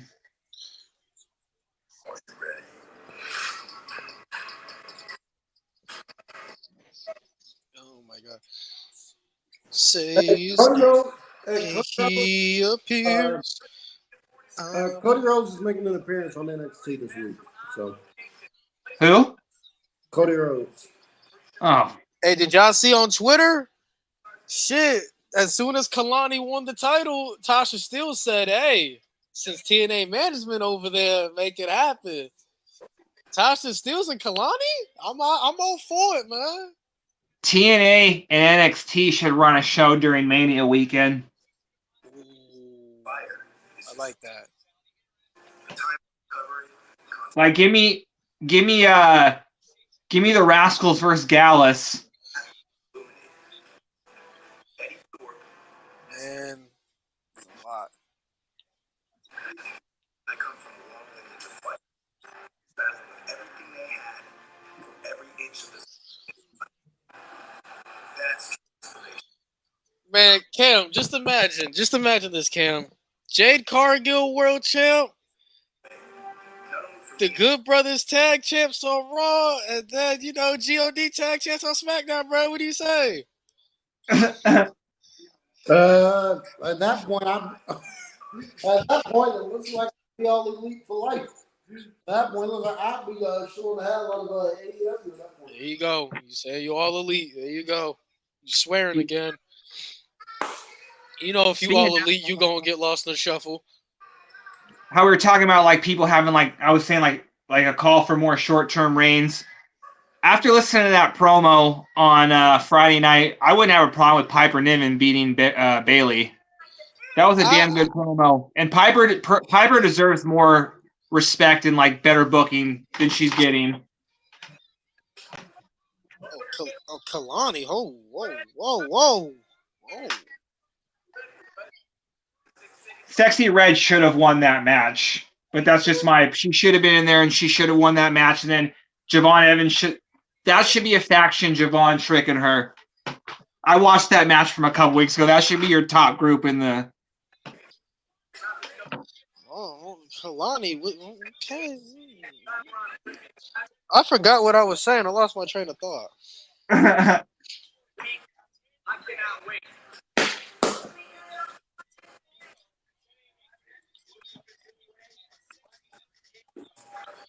Shout out Kalani. Cam hating everything. Yeah, Cam don't like good shit. We've been over this. Look at him. He getting ready to say some shit. Cam, they said you hate everything, bro. That is true. He said that is true. And there is the beautiful Toronto on Facebook. It's the next time we're on Premium Live event. It's Money in the Bank weekend Sunday, July 7th. Money in the Bank? In the Bank. NXT Heat Wave in Toronto. Yeah, Money in the Bank weekend. We're here in Vegas. Heat Wave. So they're actually turning Heat Wave into a big PLE as well. I'm cool with it. Now bring back No Way Out. But it's okay. It's fine. Cam, I just saw that tweet you posted in the group chat. What a moron. Twitter is full of morons. Twitter is full of morons. There are so many bad takes on. Oh, big nigga, all my time. A lot of bad takes on X, man.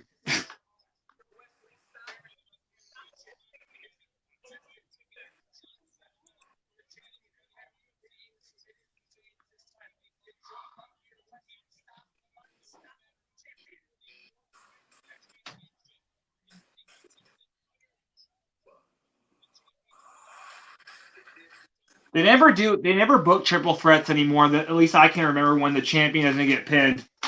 That's just a good way out of a triple threat match.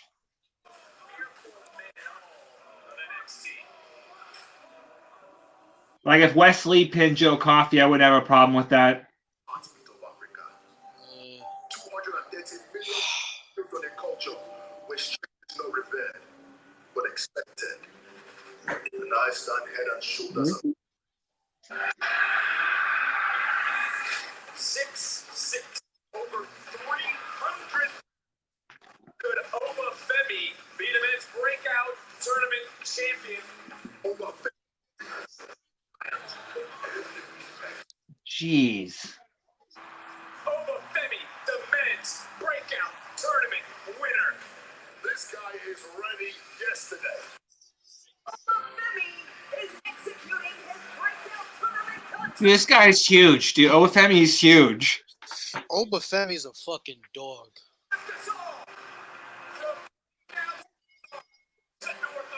Obafemi is a dog, man. That's a motherfucker. That's a bad motherfucker.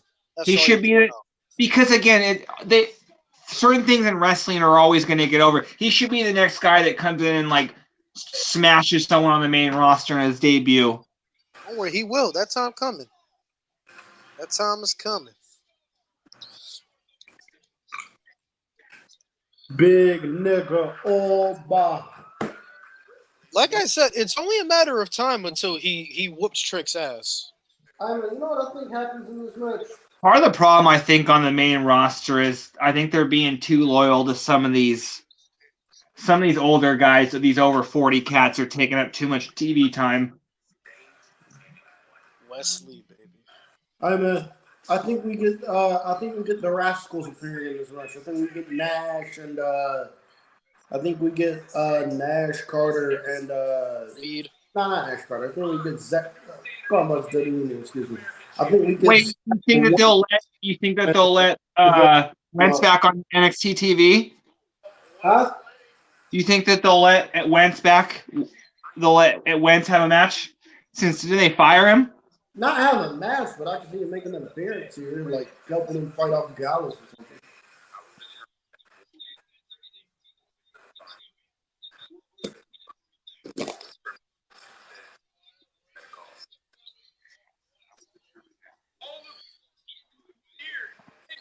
Talk about somebody who took an opportunity and ran with it, man. Wesley, man.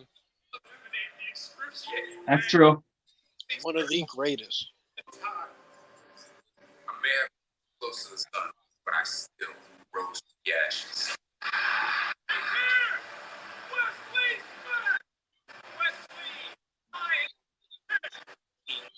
To be honest, Obafemi is the Gunther of NXT. Nah, he's the Obafemi of NXT. Who is? Obafemi. Yeah. You know what? That's Because funny. Ahmed said he's the Gunther of NXT, and I said, nah, he's Obafemi.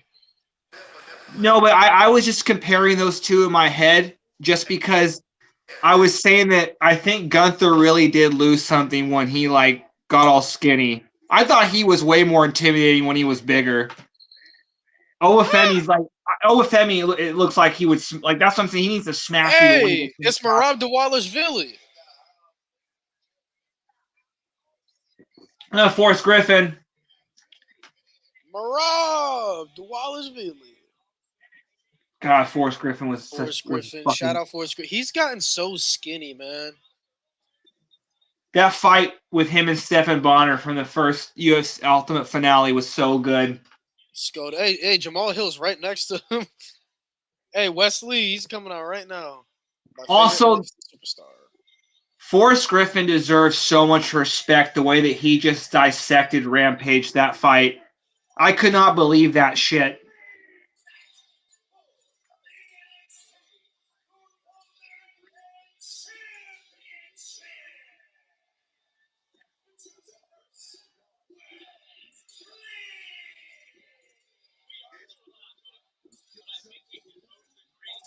Hungry, dude.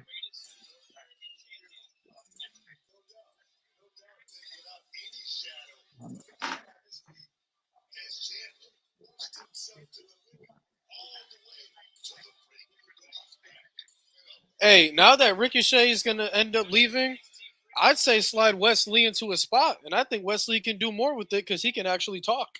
He can actually cut a promo that's believable. I like that. So in the next coming months, once Ricochet's gone, I'm sliding Wesley right in that spot. Any creative plans you had for Ricochet, I put it onto Wesley. He can manage.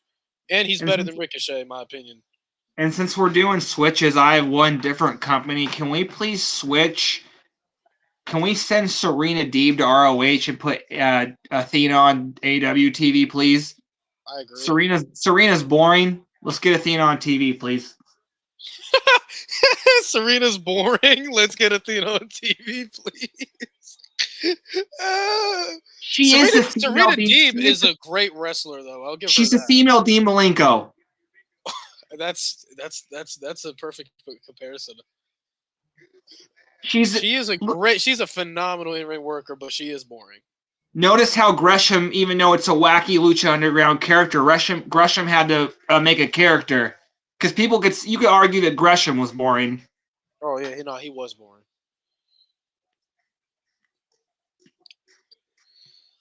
Get Joe I just think Coffey. Athena's just like done everything in ROH. I don't know what they're doing. They had to keep sending people from AEW down there for her to beat. I don't know what they're doing. Joe Coffey, the Karen Cross of NXT. Relax. Joe Coffey's talented. Y'all better stop. This presentation of Obafemi is ridiculous. Yep. I want to see his Mania entrance.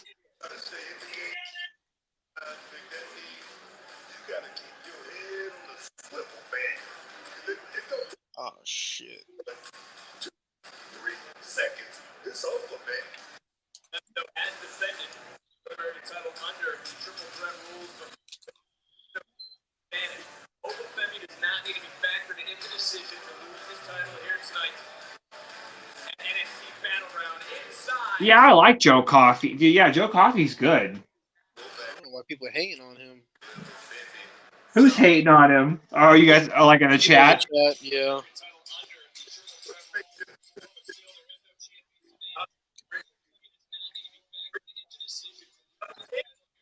But this definitely gonna be match of the night for sure. Now in this matchup.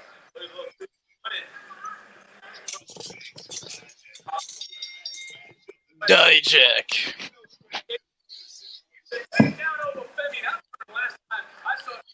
Joe Coffey's not a small guy, but Oba makes him look tiny. Oba's another guy I firmly believe is a future WWE champion. Oba, sure. Oba is like that. Oh my god. You sold on Oba, Kim? Huh? You sold on Oba? Oh yes, Oba Philly is like that.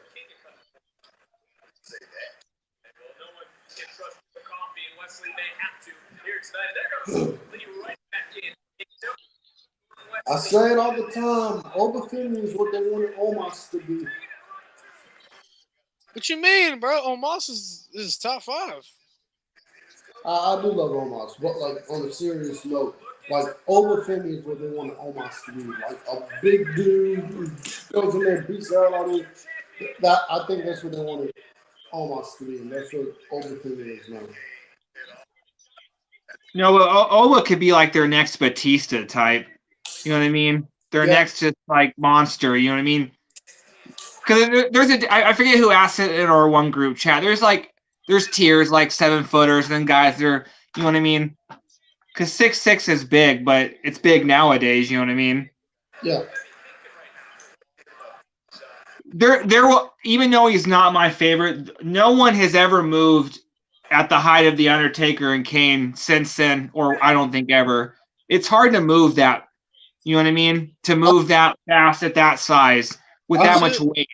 I think Dick should be good at it, but like the closest guy, not talent wise, but the closest guy who was 7 feet that could move really well was Big Cass or W. Yeah, Morrissey you're or Big right. Bill. You're right.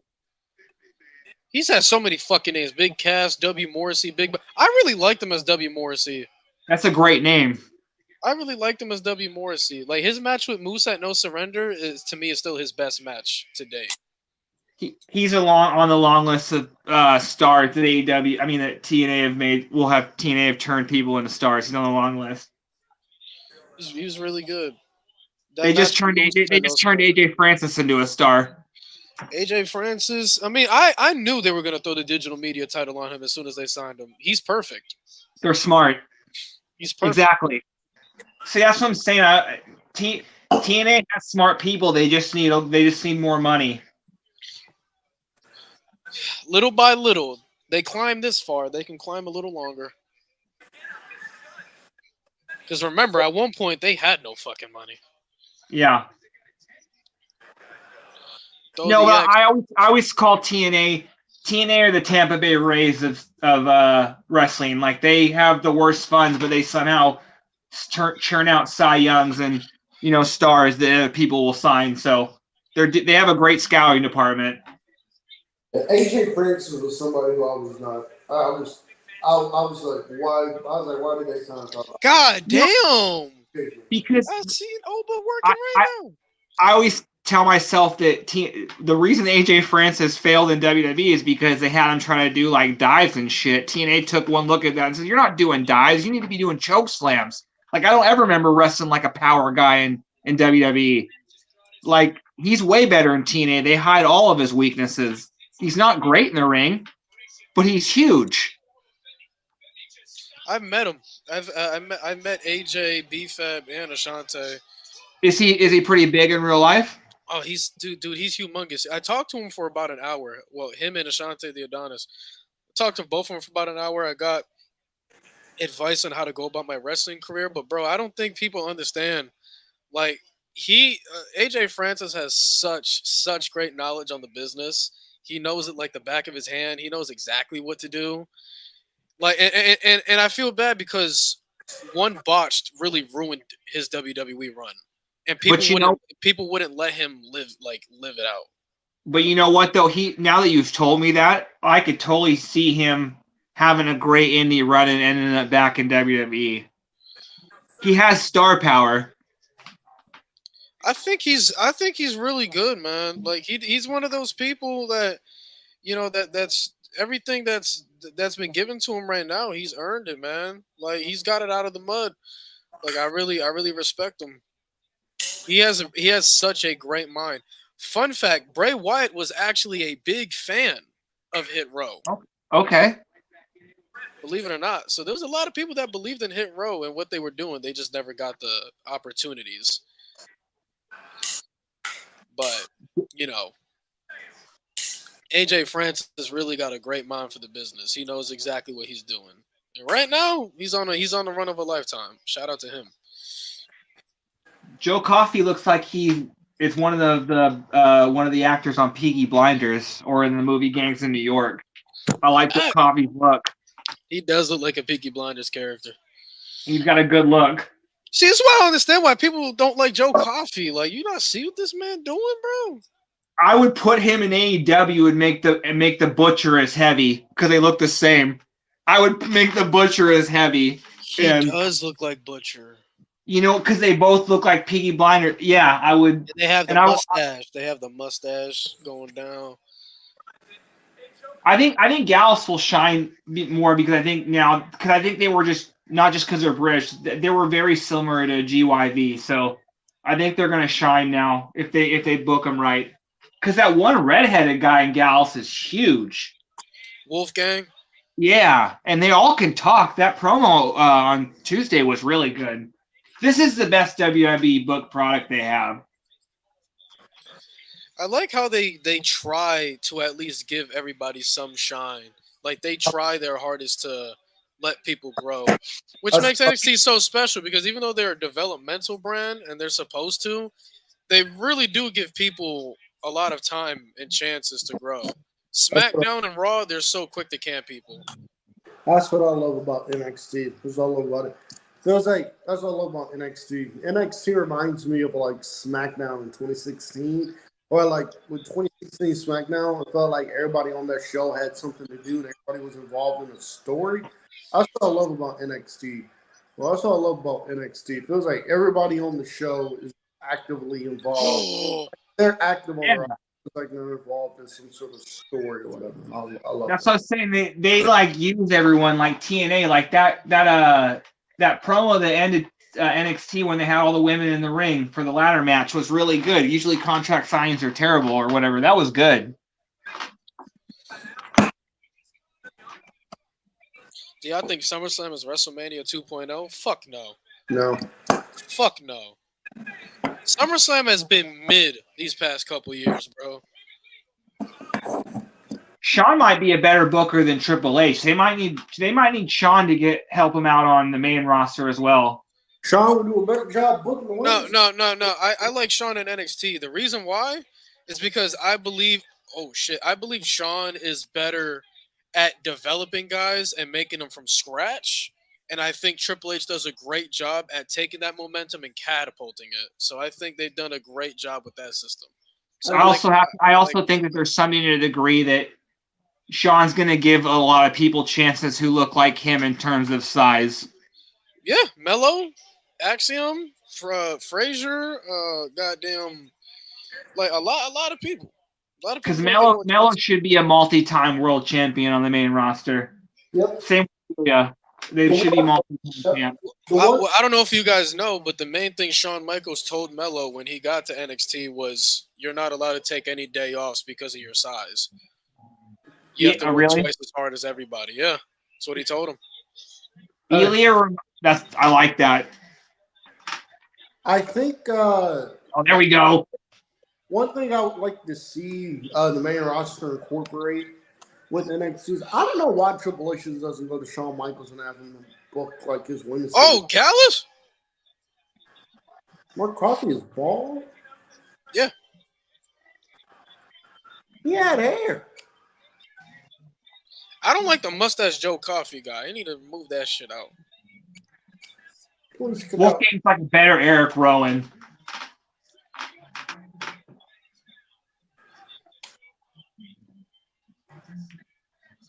What Joe Coffey about to do? He doing moonsaults! He doing moonsaults!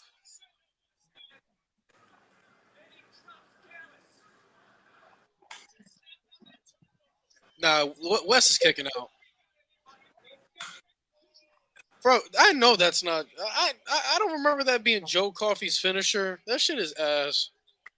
Also, Olafemi just screams crossover star.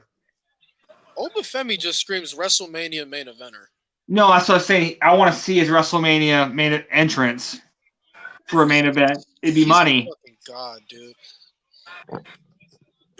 My friend G Baby brought up this idea of Obafemi retiring Bobby Lashley, and I love that. Obafemi's a fucking god, man. Big Wesley.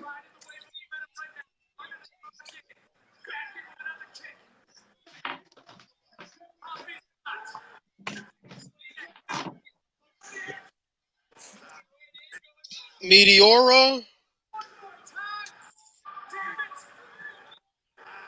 Oh shit. It's crazy that Wesley debuted in TNA when it was really bad. That was he stood out though. He stood out. I'm surprised they never threw the title on him after he won the Super X Cup. Yeah. Oba gonna pull the ref out. Oh no, Gallus pulled the ref out. What was his name in TNA? Desmond Xavier. That's a better name than Wesley, but whatever.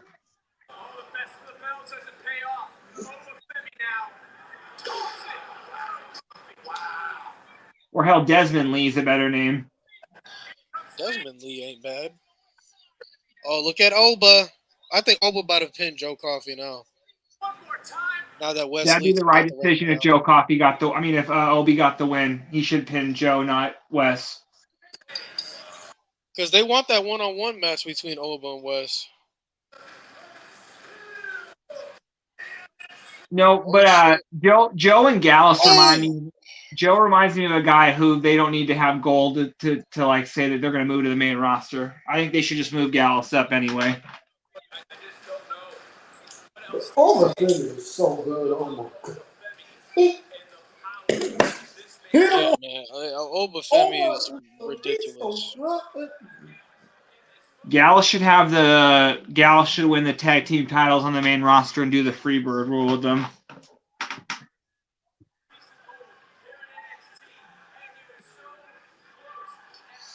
I believe Esco is going to join.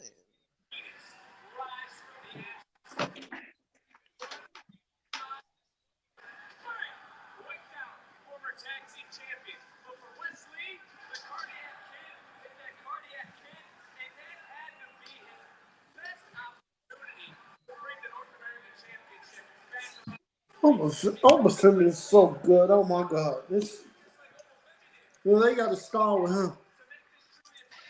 If this show ends with Ethan Page winning the title, the lights should go out and Josh Alexander should show up.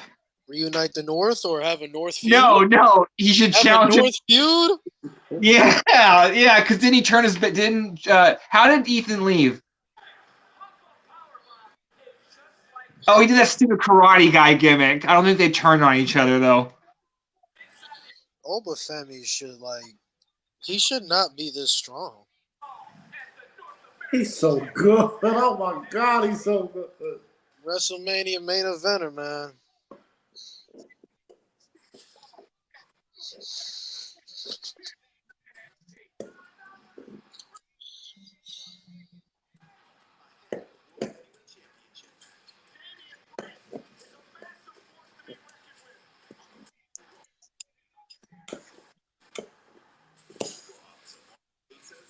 From Toledo, Ohio. The top heel on WWE is Liv Morgan, though. On main roster.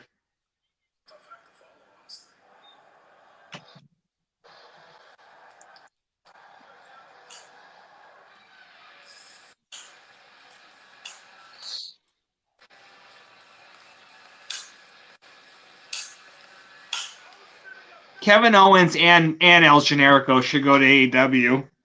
No, Please no. I don't want them there. no. I'm heavily content where Kevin Owens and Zayn are at. I just think Kevin Owens deserves, not so much saying, I think Kevin Owens deserves another world title run, whether it's here or somewhere else. That's just my point.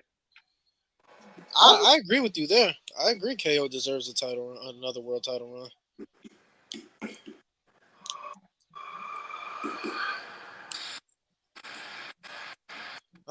Memories where KO main evented the first Brooklyn against Balor.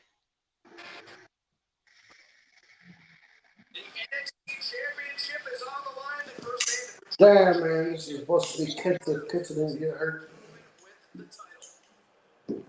God, that old NXT belt was so bad.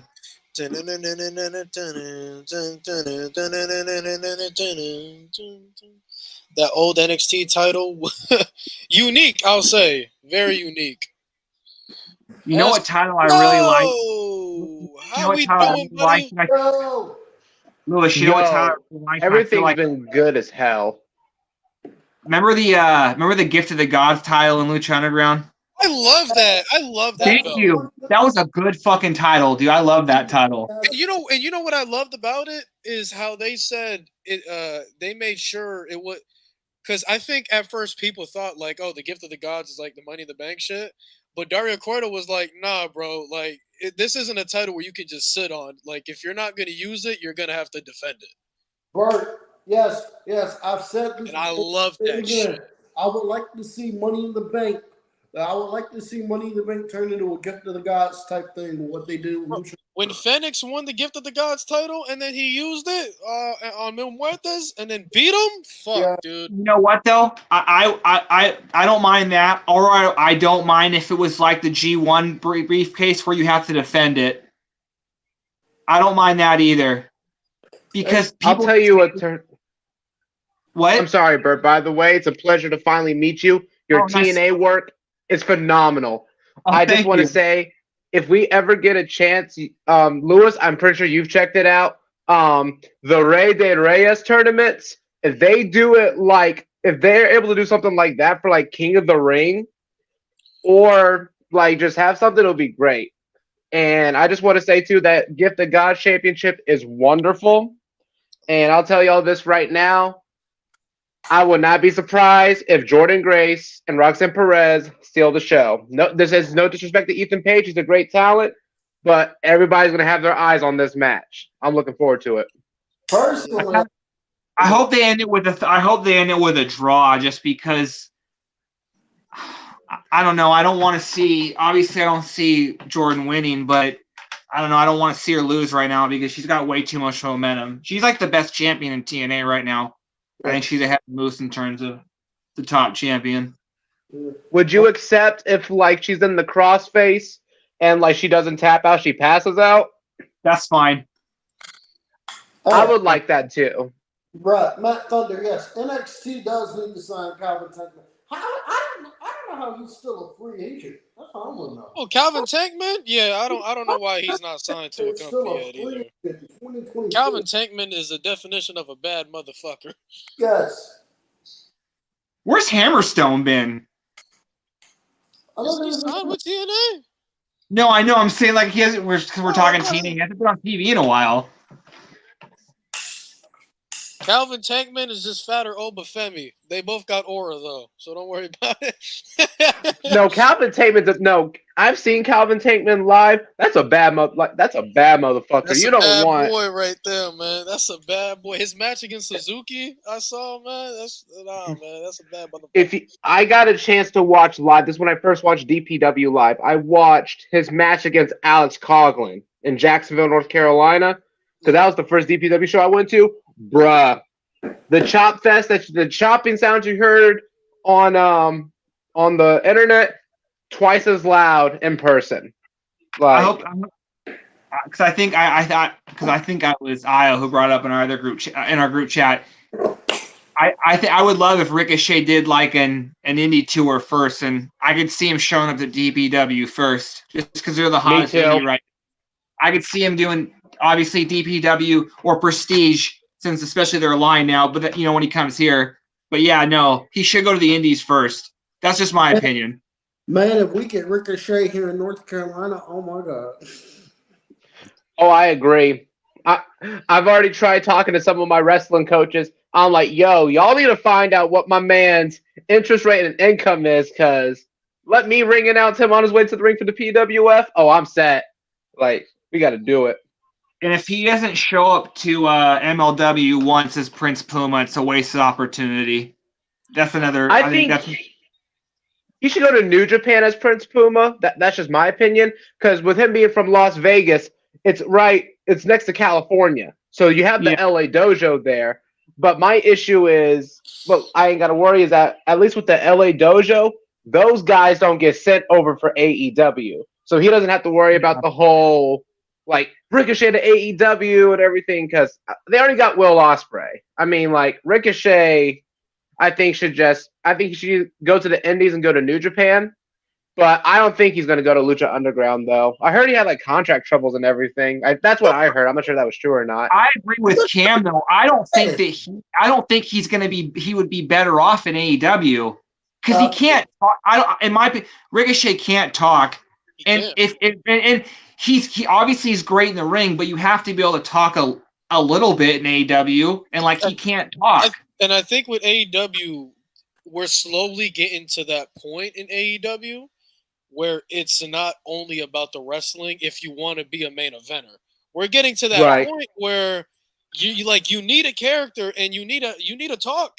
That's how Swerve got this push, because everybody knew Swerve was good in the ring, but as soon as Swerve turned heel in AEW and they actually let him rock with Mongol Embassy, this is how he got his push. I think Will Ospreay knew. I think Will Ospreay knew that going in too, because Will Ospreay was never the greatest promo, but he sure stepped it up lately. Definitely stepped it up in his character. I mean, it's the aerial assassin. All he has to do is do his ring work, and he's good. Now, Will Ospreay's promo. But if you look at all the world champions, if you look at all the world champions in AEW history, like Jericho, entertaining, promo work is great character. Moxley can work. He can work the promo game. Moxley's charismatic. Kenny's charismatic in his own way. I know it's not for everybody, but Kenny's charismatic in his own way. And Kenny can actually cut a promo because he actually verbally whipped Will Ospreay's ass, but that's a story for another day. Hangman is the only world champion who is uncharismatic and can't and at that time, because now I think he can cut a good promo if he's really on it. But at that time when he was world champion, not charismatic, couldn't cut a promo. He's better now. It was also long overdue when he was champion. It was also long overdue when he became champion. I think they pulled the trigger at the right time for him. But if you look at every world champion, like obviously by default CM Punk is the worst because he never had his run as world champion because of the injuries. But talent-wise, objectively, Hangman is the worst champion. I will continue to say, I still say to this day with Hangman Page, it is a mistake that CM Punk beat Hangman for the AEW title, because MJF should beat Hangman for that. I agree. MJF should have been the one. I agree. That would have been long-term storytelling from Double or Nothing 2019. Yes, MJF should have been the one to beat Hangman for the AEW. Shout out to Jordan Grace's gear, by the way. I'm loving the white. I just found out I found out her and I have the same birthday. It's crazy. Oh, dead ass. As a collection, TNA's got the best looking belts in wrestling right now. I agree. It's not even close. AEW is second, in my opinion. Yes. AEW got some nice looking ass belts. I ain't gonna lie to y'all. I used to say New Japan Pro Wrestling had it, but I'm really not digging that World Heavyweight Championship, honestly. So I do gotta give it to TNA. Never have and I never will. Are you talking about the belt that looks like if somebody woke up one day and said, I wonder what it would be like if the Jeff Hardy belt and the Divas title had a baby? That's the New Japan belt. I'm referring to the Street Fighter 2 M. Bison Shadaloo logo that they decided to put on IWGP. It do look like a Shadaloo logo, huh? Roxanne, listen. No, I can't say, listen, I can't say shit, but Roxanne, that's a woman. Let me tell y'all, man, that's a woman. Jesus. Lewis, what are we doing with our lives? She's around our age. She's already an NXT champion. Well, to be fair, I didn't know I could start training to be a pro wrestler at 16. So if I would have found that out when I was 16, neither did I. If I would have found that out when I was 16, I probably would be in NXT right now. I felt that emotionally, bro. Because when I was 16, I was in my athletic prime. The reason I'm not in my prime right now is because COVID happened and I haven't recovered yet. So we get in there. I felt that emotionally. I think NXT stacked enough where they don't need Roxanne here that much longer. I agree. That's where Julia's gonna come in and whoop her ass. Yeah, Julia's gonna take that title at Heat Wave. But that sucks. That does suck at the same time though that Julia has to go to NXT though, because she should go straight to the main roster. But WWE fans don't know how to Google stuff, so. Yeah, it's kind of a double-edged sword if you think about it, Bert. Because I agree with you. I wish they would Google it, but you have to remember though too, Joshi style wrestling in Japan is different from how they do American style and for WWE. So this is more theater and choreographed, where versus you're getting strong style, athleticism. Like it's a matter of different styles and cultures, honestly. No, but it's like if for example, if they would have like let Nakamura do the promos he's doing now, where they did the subtitles and shit, and like I don't know, people don't need to speak English to be, you know what I mean? There's just certain things that like I hope that they when they book her that they book her as like strong. Like, remember back in the day when someone would show up on the show from their show and be like, I know who that is. And they would have to call him a different name, but like they should act like they need to present her that she's a big star in terms of. Billy Starks started training when she was 14, 15. If I would have known that when I was fucking 14 years old, I would have started training too. Shit. But that's not the case. I thought I had to be 18 because, if I got hurt, my mom could sue them if I was a minor. But so I thought I had to be 18. I did too. Little did I know the wrestling school around near me, I could have started at 16 if I had my mom's permission. Bro, Javon Evans started when he was 13. Yeah, that's crazy. But it's okay because everybody has their different path when it comes to pro wrestling. Yes, we do. And I don't plan on retiring until the doctor tells me you can't do this shit no more. So it's okay. It's okay. All right, Lewis, am I seeing you in the main event of WrestleMania or am I seeing you in the co-main event of Wrestle Kingdom? Okay, so my dreams with WWE is over because I am not the type of guy that they would want. I'm only 5'7" and $175, so that's all right, bro. I'll tell you this: how about this? We main event DPW because I'm 5'7" as well. We'll make it happen. Oh, damn, my bad. I'm trying to crack my neck. Fuck. Real quick, Gresham and Gale and TNA executives are in the crowd. Hey, Gresham, sign me. With every match I watch of Jordan win and just dominate, it makes me more and more upset that TNA wasted the spot on Tessa and not save it for Jordan. At that time, though, you can really understand. But Tessa was good at that time, though. We didn't know that she was messed up. I was watching, but I'm just saying Jordan. I believe Jordan could beat up her husband, so I'm just saying Jordan as much. We watched Jordan. You're not lying. She beat the shit out of Jonathan. Who did Jordan beat for the Digital Media Championship? I think it was Cardona. We've watched Jordan wrestle men, and it's completely believable. This ain't Sexy Star versus Mia Muertes, which I love that match, but that wasn't believable. Or Evilisa Mil Muertes, man. No, I think my Evilise should have got Sexy Star spot. Really? You thought she could have been Mil Muertes? No, but just the way Evilise carried herself from when they won the 6-man titles, I believe she says something Oh shit, she bleeding. I don't know, Evilise was just a badass. Roxanne, I love you. Oh yeah, Jordan is fucked, yeah.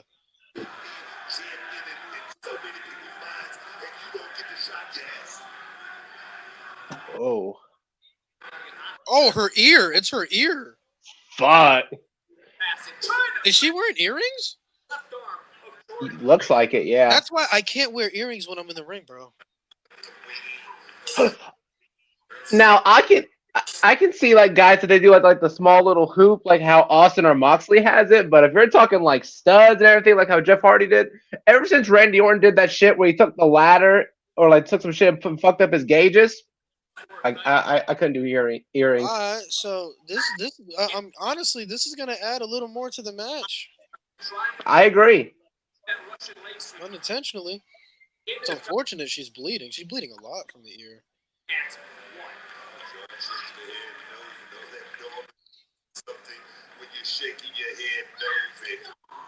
But you know what though? It's gonna add to her gimmick. You know what's amazing is Jordan Grace's body transformation. Because if you remember when she showed up in Impact, like she was thick. Now she's ripped. She's swole. Yeah, she's swole than a motherfucker. This is who you support. Honestly, hey, bro, listen, man, you gotta respect the prodigy, man. Respect the prodigy. Dead ass, bro. I want to see Jordan Grace go 1-on-1 with Brian Cage if they haven't done it already. And Brian Cage don't want that smoke. I'm not gonna lie. That's another reason why I'm glad Swerve is with Mogul Embassy because it gives more TV time for Brian Cage. Hey, personally speaking, I'm a pass on the intergender shit, but that's just me. I don't like intergender. Yeah, I don't like intergender. Never been a fan of it. You never been a fan of what? Intergender wrestling. Intergender matches. It's it's like when done right, especially like if you think about it, like it totally worked when Candice LeRae was fighting all those guys similar to her size in the indies. But you know what I mean? You can't. It doesn't look believable with everybody. So do you think it'll probably work for the indies and not good mainstream? Probably. Well, again, I'm only saying it will work in TNA just because with Jordan, simply for the fact that I think she beat Cardona for the title, and it's not like Cardona's a small guy. Cardona's jacked. So it's like, I think it works with Jordan. Like, look at her. She's like, you know what I mean? Yeah. Hey, they said, hey, Cam, is Roxanne ugly? Hell no. What? And you know what? I think Jordan, before she got giant, I think she faced off against Brian Cage in that battle royale at the first at all in. Remember when Jordan Yeah, was that's right. They did because I remember that. I remember that now. They were because they were like, you know, they're like, oh, it's like the female Scots. I remember that, and she did not look like this back then. Like Lewis was saying, she's ripped now. She got swole. I'm proud. Her body transformation has been wonderful. Like, I'm always all for people that are doing that. Gretchen probably goes home scared at night.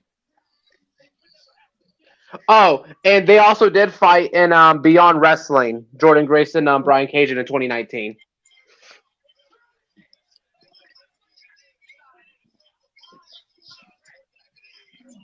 Who do you think Jordan fights at next Friday or whatever at the TNA show? Do you think it's someone from NXT?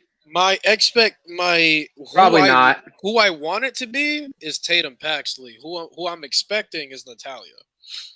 No, on our podcast, I think they saved Natalya for Slammiversary since it's in Canada. Not bad. So Bert, I want to ask you something because you have more knowledge about TNA than we do. Do you by chance see potential by at least Bound for Glory or maybe Final Resolution, we could get the NXT Championship defended on the TNA pay-per-view? Yeah, just because, those are one of the bigger shows. It definitely seems like something's going on behind the scenes. I just said that they have people from TNA here, so. And like, I I think it was your guys' show. When I tuned in. This is similar to when ECW was on WWE in the 90s. Yeah, I remember saying that. Yep. Yeah, I said that. That's right. I think WWE is helping them with future trying to work with, you know what I mean? Like the same type of thing. And like obviously WWE can't buy them now, but you know what I mean? Like there's something going on. Whoever said that on your show, yeah, you said that. I completely agree with that. Because didn't a bunch of people from WWE show up on ECW shows back then? Like Lawler showed up on one. Lawler showed up. You had Doink the Clown showed up, and then that's when you also got everything else. Bro, I just saw something. Bro, I just saw a dumbass post that made me go, "What the hell?" They had what's that, bro? All WWE. Where they were talking about all WWE first team for the 21st century, and I looked at the list. And I'm thinking to myself, how the fuck is Seth Rollins over Roman Reigns? How is Roman on third team but Roman on second? Don't make no damn sense at all. For what? Huh? Sorry, not you. Bruh, I really hate a lot of these accounts, bro, because they are stupid. Look at this shit. 21st century, all WWE second team. I don't know. Someone from Fightful just tweeted out that Jordan. Someone on Fightful just tweeted that Jordan should win the NXT title by cheating, and then her and Gail should run to the car, and the interviewer should ask her what the reply, and they say you can find out on Impact. Bruh. They should repeat that same storyline. They should totally do that. No, I know they probably won't do it, but I would really like to see, like, it would kill Trick Williams' push, but freaking, like, if Ethan Page was to win the freaking NXT championship, and then he does the CM Punk thing where he blows him a kiss, and he's like, I'm gonna go to TNA with this, I think that would be funny.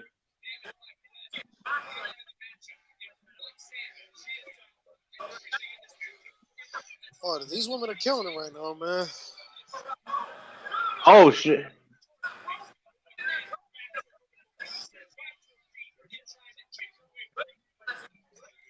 That's what?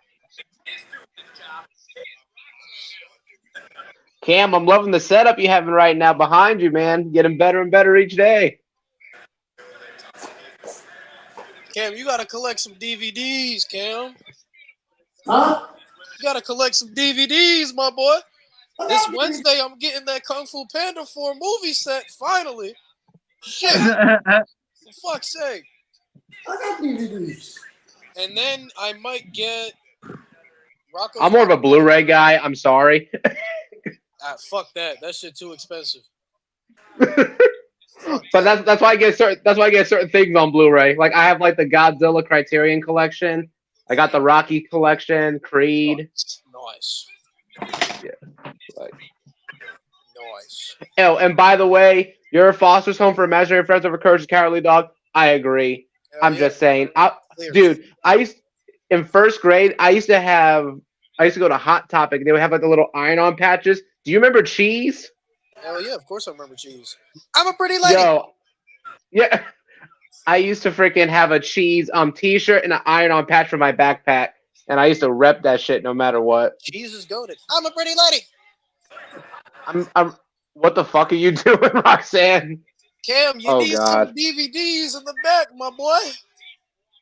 What? Oh shit! DVDs, man. Woo! Okay.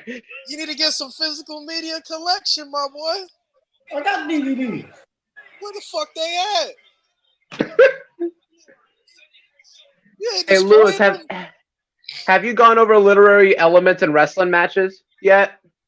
Wait, we're talking DVDs. Is that what you're saying? Like, have I gone through wrestling matches? Like actually, have you discussed have I been walked through wrestling matches?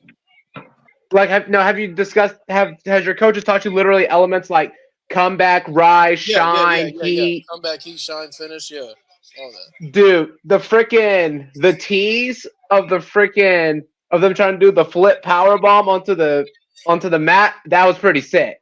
That was a good. That was a good one.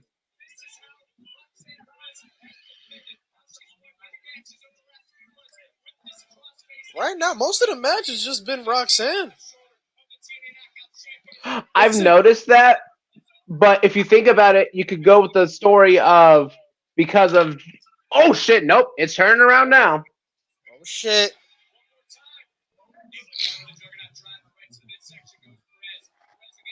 Nice face bump by Rock. Oh. Tatum Paxley, okay.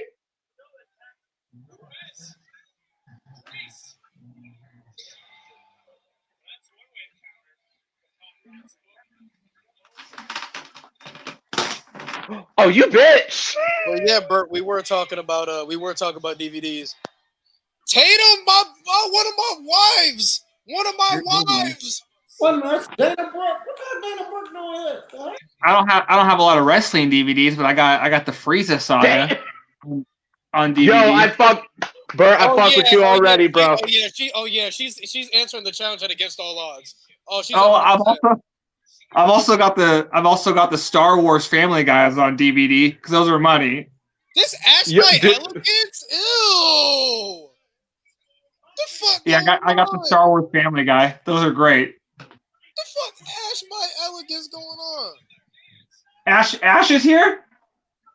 Yeah. Yeah, what the fuck Ash by Elegance doing here?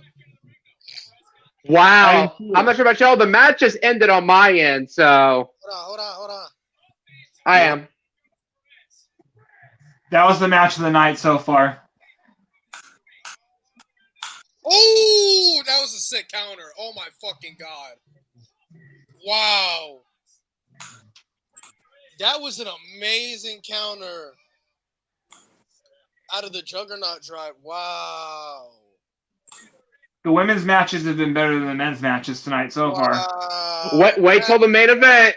I'm just saying, like. No, I'm just that Battleground match was better than I thought. I had no expectations going into it, and it was better than I thought. So I need to lower my expectations when I see stuff like that because I watch MMA. So like when I see stuff like how they're like back away from certain things, I'm like, yo, you could have instantly went for that, but I'm like, I have to remember they're not going for rounds. It's kind of like that good old brawl for all. Y'all remember that? The brawl for all? Yeah, I remember The Godfather laying some people out, laying some hands. Godfather had them pimp hands.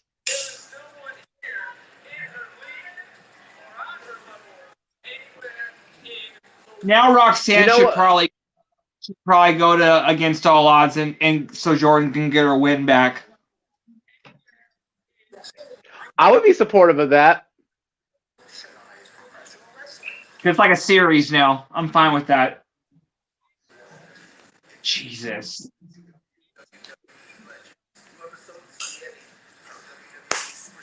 So did y'all watch the Vice Who Killed WCW episode? Is that any good? Because I'm halfway done with it. I think it's pretty good so far.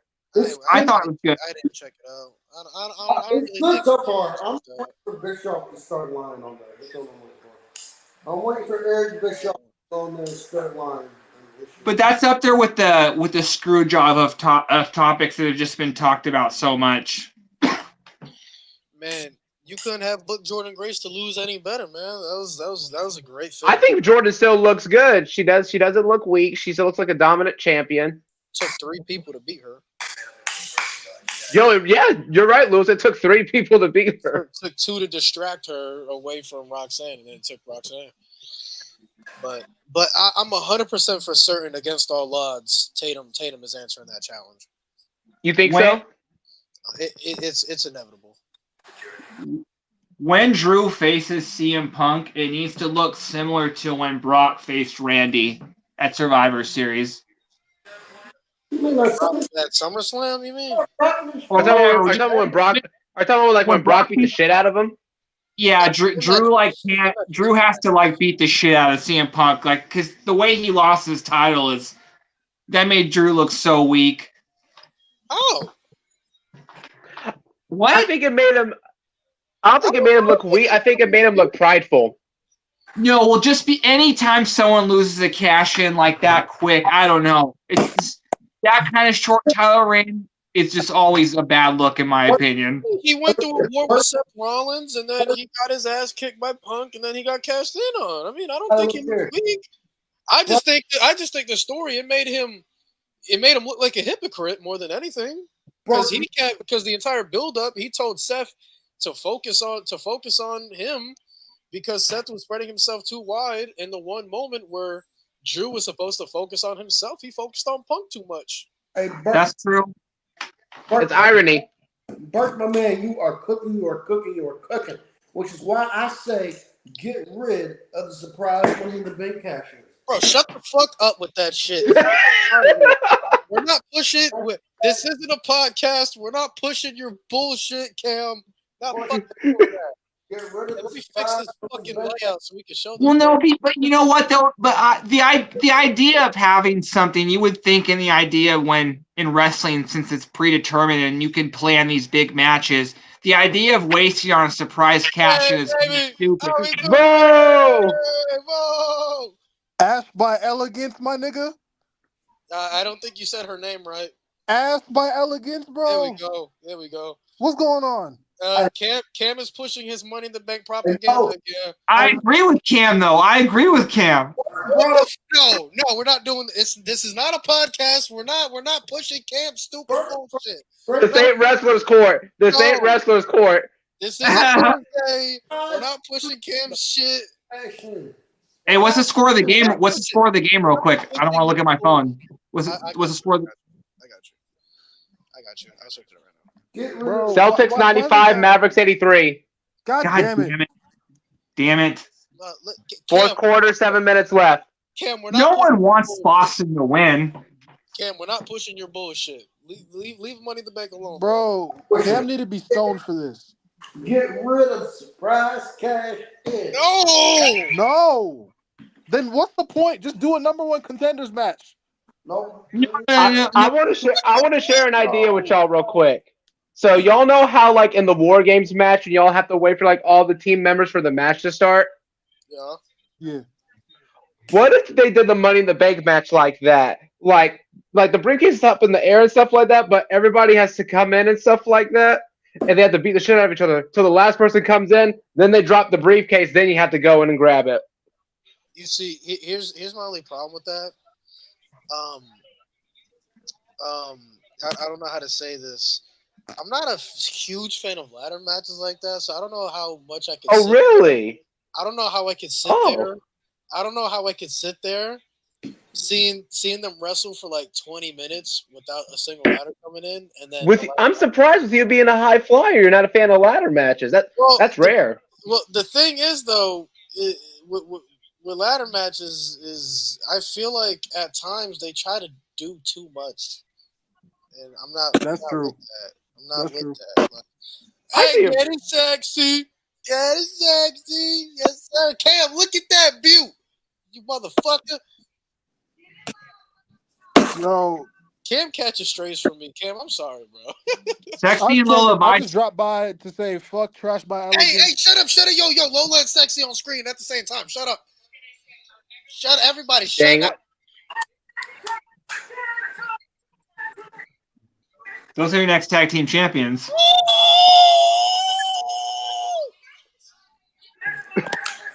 Lewis, you're very behind because right now I'm seeing gals beat the shit out of Wes Lee. They got the reporter shaking ass. I love it. What is going on? All right, bro. Y'all be easy. Relax. Catch you later, Mo. I appreciate you. Who's wearing a yellow suit? Is that Al Snow looking like mustard? No. My friend said looking like mustard. It is. No. Is that Bruce Pritchard? Attack me, by the way, not you. See, some people do like me here, Booker. So take that one. Well, obviously, Cody does. But speaking of Tuesday, let's talk about some of the action coming up. Javon Evans, yes, sir. Yes. So it seems like we're getting a Joe Coffey and Wes Lee feud. I'm rocking with that. Yes, sir. Sean Hey, Spears listen, we terrible. just had a twerk off. They had the reporters shaking ass. Hey, I'm all for it, man. I'm all for it. Oh, Javon Evans versus Sean Spears? Shoot, Yes, sir. I'm all with it. Represent Five Star Pro Wrestling, Javon. You go. Lexus King is on TV, Cam. He's going to face Dante Chen, baby. Meet Chin and Jada Parker on Tuesday night. Okay. Cam, you ready for Lexus King to steal the show? No. You still think Brian Pillman Jr. can't wrestle? Huh? You still think Brian Pillman Jr. can't wrestle? I told people he couldn't wrestle. I told people online when Brian Pillman Jr. when he signed with WWE. I told people. And you know, people were talking. Hill. I told people. I said no, they didn't because Brian Pillman Jr. sucked. I was told from somebody on Twitter, no, I'm not blocked by. I was told on Twitter that Brian Pillman Jr. is going to be a big star of the Roots. That's what I was told. That's what I was. They said they would take Brian Pillman Jr. over Roots. Now, hey, looking back at it now, if you want to go ahead and say Brian Pillman Jr. over Roots, I think you should get the shit slapped out of you, but that's just me. So I'm proving around the line with a game because Lexus King sucks. I said before he sucks. I said when he was in AEW he was shit. So I'm not a hypocrite either. He sucks. Pillman Jr. was good in MLW when I saw him when he was with Davey Boy Smith Jr. But again, like the New Heart Foundation. I was by that, honestly. But again, he's not. Part of me thinks he doesn't like want to be in wrestling. I think he thinks he just has to be. You know what I mean? I don't know. Does he even like want to be a wrestler? You know what, Bert? You did not have to go psychological with that because now you have me thinking. Now you got me thinking. Oh my.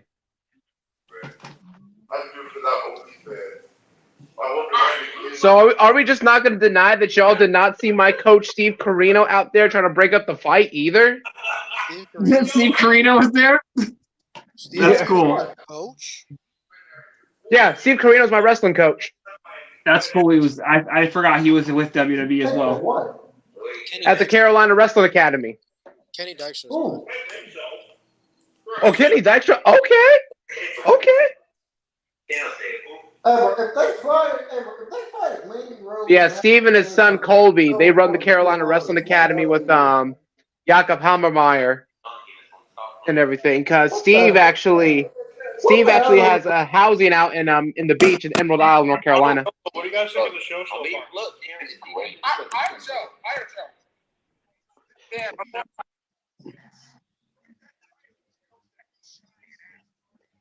And I'm gonna tell y'all this right now: those PC drills and the shit they do, that shit built different.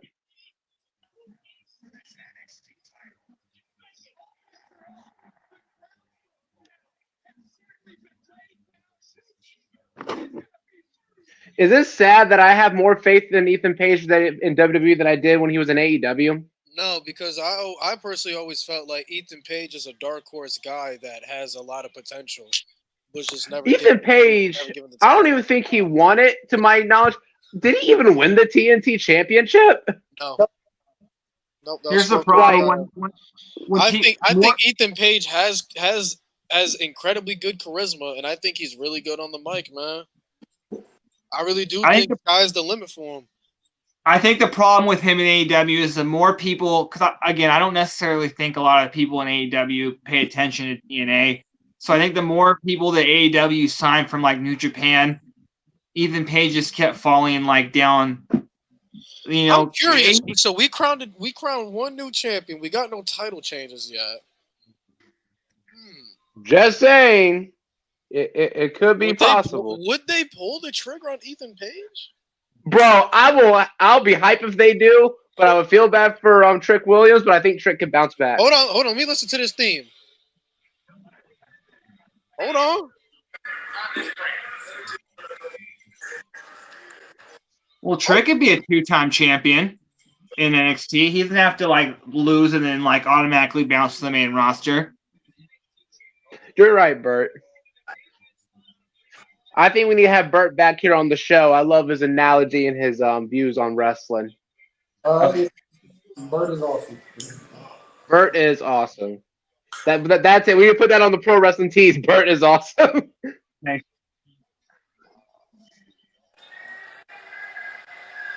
Okay, Wesley. Not Wesley, man. Back- Trick Williams. He had that robe on.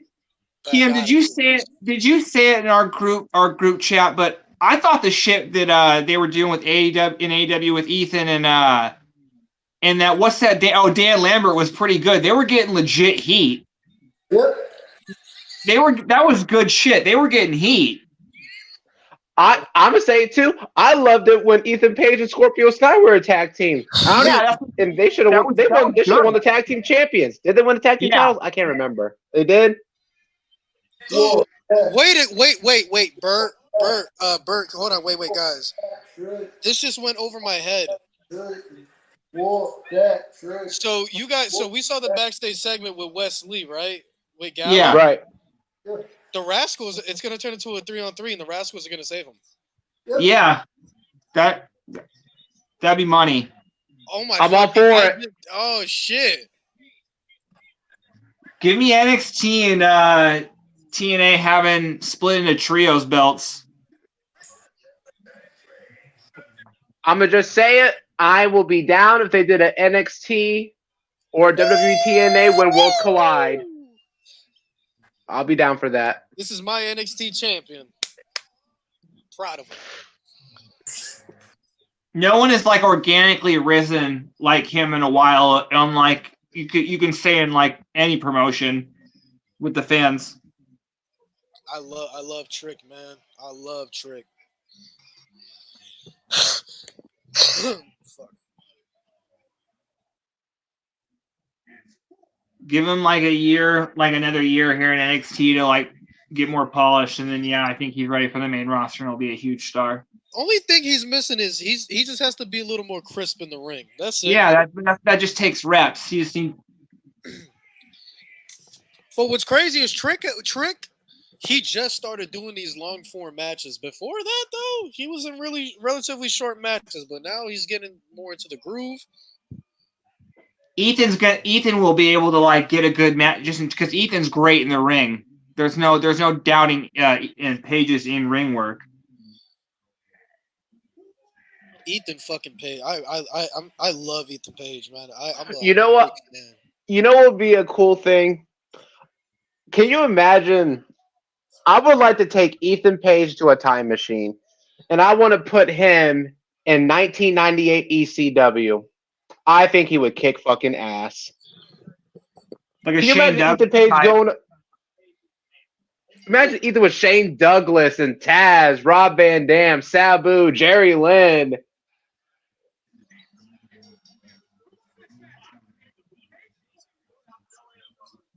Yeah, Lucia better check this out. Ethan Page beat the shit out of him right now, like he owed him some money.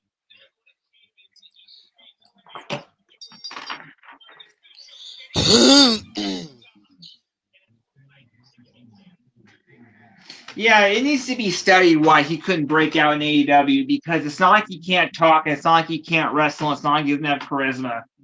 So there's got to be something. I'm gonna say it. He should have beat Darby Allin in that freaking coffin match, in my opinion. That was a great match. My God, that was a great match. I enjoyed that match, but I think that Ethan Page should have won. I think the best thing Ethan Page ever did in AEW was that coffin match. That was a lot of times where they made the wrong booking decision. Let's be real.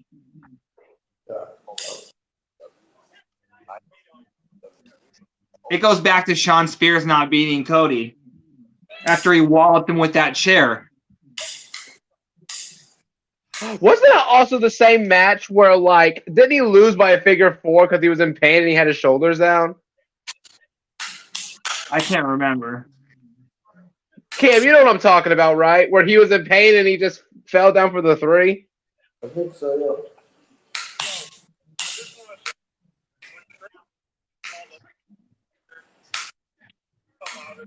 Damn it, Dallas. Bro, this Gallus and Rascals feud about to be nasty, man. I've been trying to tell people. Full Metal man. Mayhem. Make it a 3-on-3 Full Metal Mayhem match. That's what I say. Tell people, tune into NXT, man. I mean, tune into NXT and tune into TNA, bro.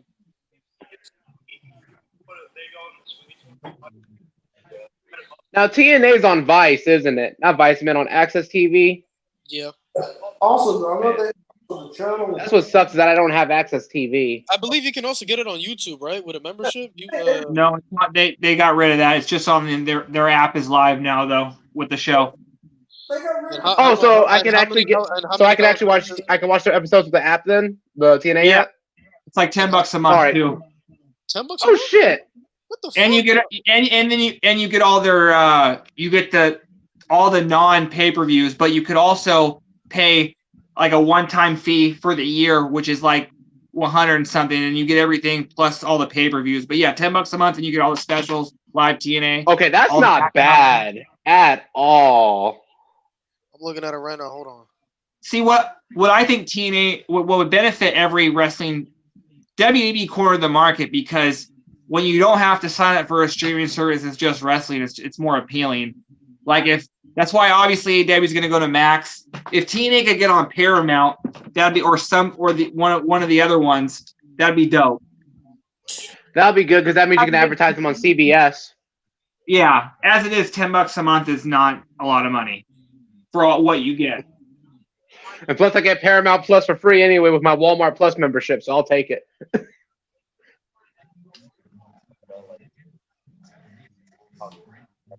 You said you get Walmart Plus for free? So if you get Walmart Plus, you get Paramount Plus free included with that. What the hell is Walmart Plus? So because of my great grandmother and her condition, because I'm her caretaker, I can actually get stuff delivered for free. I can also get free shipping, and I get certain accounts and stuff. Like with my Walmart Plus account, I got Xbox Live Game Pass free for 3 months. Hell yeah. Oh, okay. Okay. Oh, by the way, bro, I'm not an Xbox, bro. They logged me, but Microsoft logged me out. I have both, so I'm good. Bro, Microsoft logged me out of my account, and they won't let me access it back. So all the work I did with, downloading shit and stuff with WWE 2K24 went out the door. So I had to re-download all that shit again. So yeah. No, crying. I am crying for you, Cam. I can't access my Xbox Live account. They won't let me back in. So That's crazy, dude. All right, so I'm going over the memberships right now. So Slammiversary is $40. That's whatever. The special attraction month, all exclusive live specials, including Against All Odds on June 14th. New episodes of TNA Impact simulcast every Thursday at 8 p.m. Full content library, digital first content. So basically, it's like the WWE Network. Whatever pay-per-view is on this month, I can watch it, right, with the membership.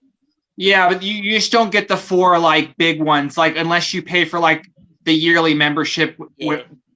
But yeah, like that's 4 shows that you can just choose to pay for at the time. But yeah, you get all like the specials. So Against All Odds. I'm gonna just buy it Wednesday then. $10 a month. I'm alright with that. Now that it's not a 30-minute delay like what it was on YouTube to watch TNA every Thursday, it's very appealing. I like that.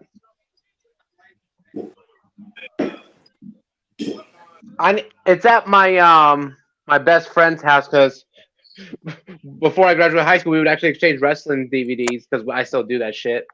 I actually have 2 TNA DVDs. It's called Best of the Bloodiest Brawls, and it includes Sabu and Abyss's Barbed Wire Massacre match, and it also includes the 3-way Monsters Ball between Monty Brown, Raven, and Abyss. He thoughts on Ricochet leaving WWE? I mean, he has to because we all know Ricochet wants to be a main eventer, but he can't be that in WWE because he's a charisma vacuum and he sucks on the mic. Sorry. Ooh, what do you guys think of this from Matt Thunder? I think Metaphor might cost Ethan Page the match. What, Oro Mensah? Yeah, Oro Mensah. I mean, he attacked Ethan Page when he got to the arena. Does NXT matches usually end with like? Are you saying like a DQ or no? He just cost him the match. He's probably just gonna cost him the match, distract him. But usually NXT matches, like they usually end clean most of the so you're good. This ain't main roster shit. I'm That telling is you though, true. if Ethan Page does win this match, then lights need to go out, and then Josh Alexander needs to show up. I would Dude, lose my shit. I would lose my shit, dude. I'd fucking I lose it. will. Yo, Cam, where the fuck are your DVDs, man? You ain't show them off. You man. have the DVDs. You ain't fucking show them off yet, dude. Like, come on, man. What are we doing?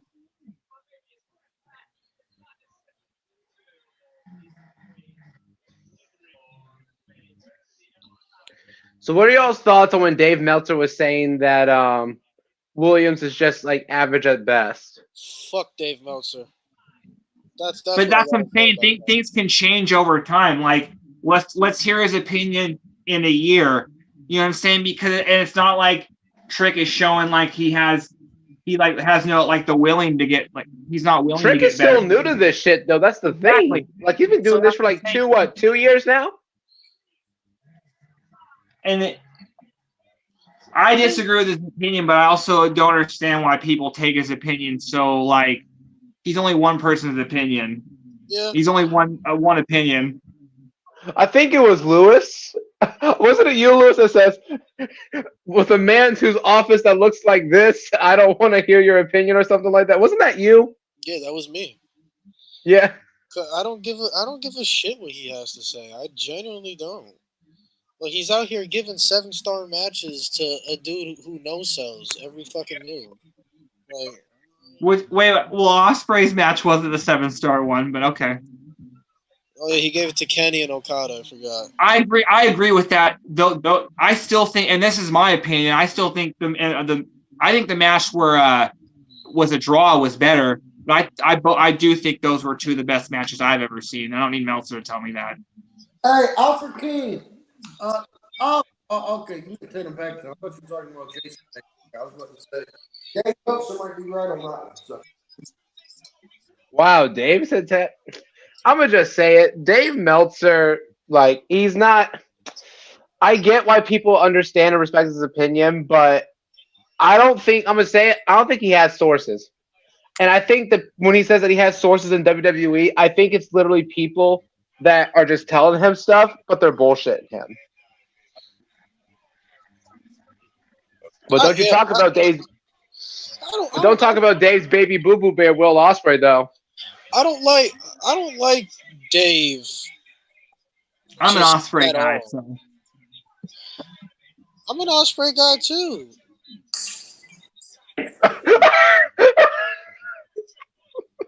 Right, Cam? What? I'm an Ospreay guy too. I don't hate Ospreay. I love Ospreay. Don't get me wrong. I'm just not going to sit in a lie. That's all. You know, if I'm saying he's a flippy motherfucker who no sells, he's a flippy motherfucker that no sells. That's all. That's all. You know, I'm gonna say it. Will the wrestlers that Tony has signed from New Japan to AEW? It's gonna take a while for me to get used to it, but I still prefer Okada in New Japan. I still prefer Ospreay in New Japan. Hell, and I'm gonna say it too. Kenny's too good to wrestle in AEW. Kenny should just stay in New Japan. You know what though? I will say that obviously Okada's a Hall of Famer in New Japan, but I think what they've done, heel Okada with the Bucks is money, like the fake crying, and like Okada's been like great in this run. Ooh. I can see that.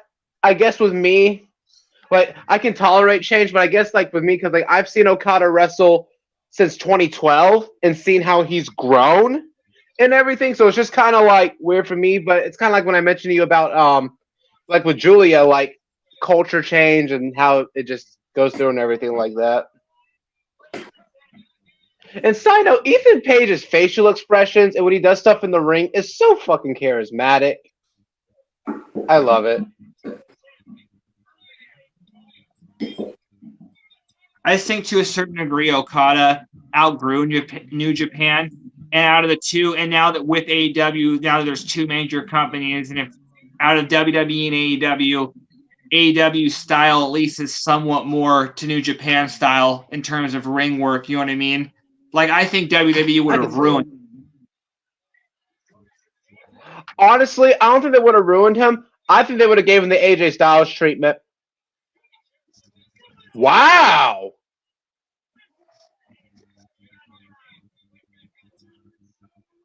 I'm locked in. I'm locked in. That was good shit. Trick knee. Yep. Oh, is that it? Trick Wow. shot.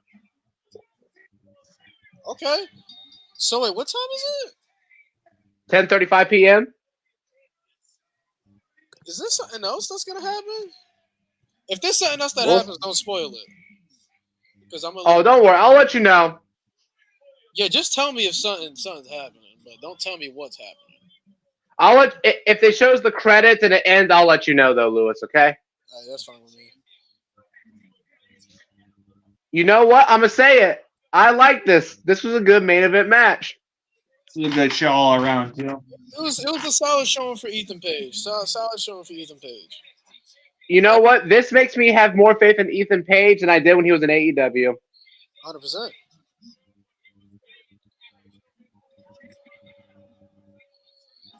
Got an NFC Championship match off the rip, man.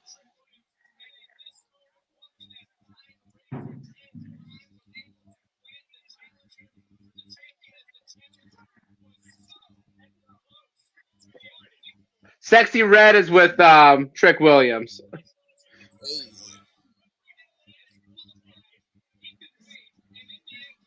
Good show. Okay, yeah, Ethan Page looks pissed.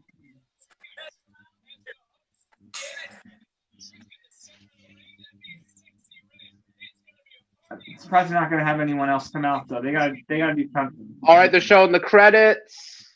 They just did the trademark. Ethan is pissed. Okay. Yeah, that's it. Yeah, that's it. Nothing else. It ends with Trick on top. All right, solid show. All right, so now we just do our little mini review on it. So starting off, we'll start from the top. So starting off, how did we feel about the inaugural Women's North American Championship match? What do you guys think about the overall match? How do you feel about Kalani winning? How do y'all feel about that? Starting off with Cam. How about the last? Hold on a second. As I don't know if you can still. So I ain't gonna lie to y'all. I only tuned in when it came time for the Good Brothers match. So I'll text y'all my opinions and stuff when the replay comes out. But I'm gonna go ahead and dip. I love watching this. Bert, thank you again for the stuff on your TNA knowledge. I'm gonna get that fucking membership. Thank you. Yeah, nice. All right, y'all have a great night, y'all. Peace. Sure. So My thoughts. I'm online. I see that the opening match for the women, for the women's ladder match, in about 12 minutes. It still felt like it. That match did not feel like it went 12 minutes at all. That match felt really short. But overall, I thought it was fine. I thought there were some creative spots in there. And Kalani Jordan winning, I did not expect it, but I'm not mad at it. Kalani Jordan is very, very good. Kalani Jordan is very, very good. She has mega babyface potential, and I'm looking forward to see what she can do with that Women's North American Championship. Because I wasn't expecting her at all, but I'm not mad at it. Kalani Jordan is great. Bert, how you feeling about the women's North American title ladder match, and how do you feel about Kalani Jordan winning? I think that the match blew away expectations. It didn't feel as long as it did. And I think after watching NXT on Tuesday, the right woman won. I agree with everything Cam said. I think her babyface potential is through the roof. I think personally for me, I obviously had So Ruka winning, but to me there was not a wrong winner for this match. I thought every single one of these women deserved to be inaugural Women's North American champion. So to me there was no wrong winner. As far as Kalani winning, I think people got to realize the North American Championship for the men, that's the in-ring title. That's the title for the best in-ring workers. And Kalani in that match, if you compare her to the other women, she's the one that has the highest ceiling when it comes to in-ring. due to her high flying ability, her athletic background, her gymnastics background. So she's the one that has the highest ceiling. So not mad at it. Congrats to Kalani. I love the decision. Um, so I believe the next match was it the underground match? Nope, it was the LC against Oh yeah, Frazier. Nathan Frey. So I don't think any of us really have anything to say too much about that match. I, I thought it was a solid match. I can't comment on something I didn't watch. So I thought it was a solid match overall. I thought it was decent. This is definitely the Good Brothers' best match since they've been back to WWE. Agreed. Um, so Nathan Frazier and Axiom, I like them as tag champs, but I don't want them as tag champs. If that makes sense, I want them back in the North American title picture where they both belong. But how you feel, Bert? How you feel about it? No, this is right where the Good Brothers should be. Just Right. like being with like not necessarily carrying, but like being in matches like this where they don't take anything away. They're just good, solid workers at this point in their career. And yeah, I never really thought of that, but yeah, I would rather have Axiom and Frazier in the North American title scene than be a team. Nice. So next we had the underground match between Lola Vice and Shayna Baszler. Cam, how'd you feel about it, man? How'd you feel about Lola Vice beating Shayna Baszler, and what'd you think about the match? I thought it was fine. I might be in the minority here, but I enjoy the NXT Underground matches. I might be in the minority here, but I enjoy the NXT Underground matches. I really do wish they would just stick with the Fight Pit because I think Fight Pit is a much more entertaining stipulation. But I don't mind the NXT Underground matches that they do. I don't mind them. To me, they're fun, and to me, they're fun and different. To me, they're fun and different. But I thought this is probably Lola Vice's best, probably the best match Lola Vice has ever had since she's come into WWE. Shayna losing, I'm not shocked by it because Lola Vice needed this win, not Shayna Baszler. But overall, I thought it was fun. Bert, how'd you feel about Lola Vice beating Shayna Baszler, and what'd you think about the overall underground match? The match was fine. You know what I mean. It was better than I thought. The thing that just keeps hitting me is why I have no problem with Lola Vice winning. It's just kind of coming full circle. The fact that Shayna left NXT so dominant, and for her to then really not do much with her on the main roster to end up back in NXT to lose is just kind of sad. Incredibly sad.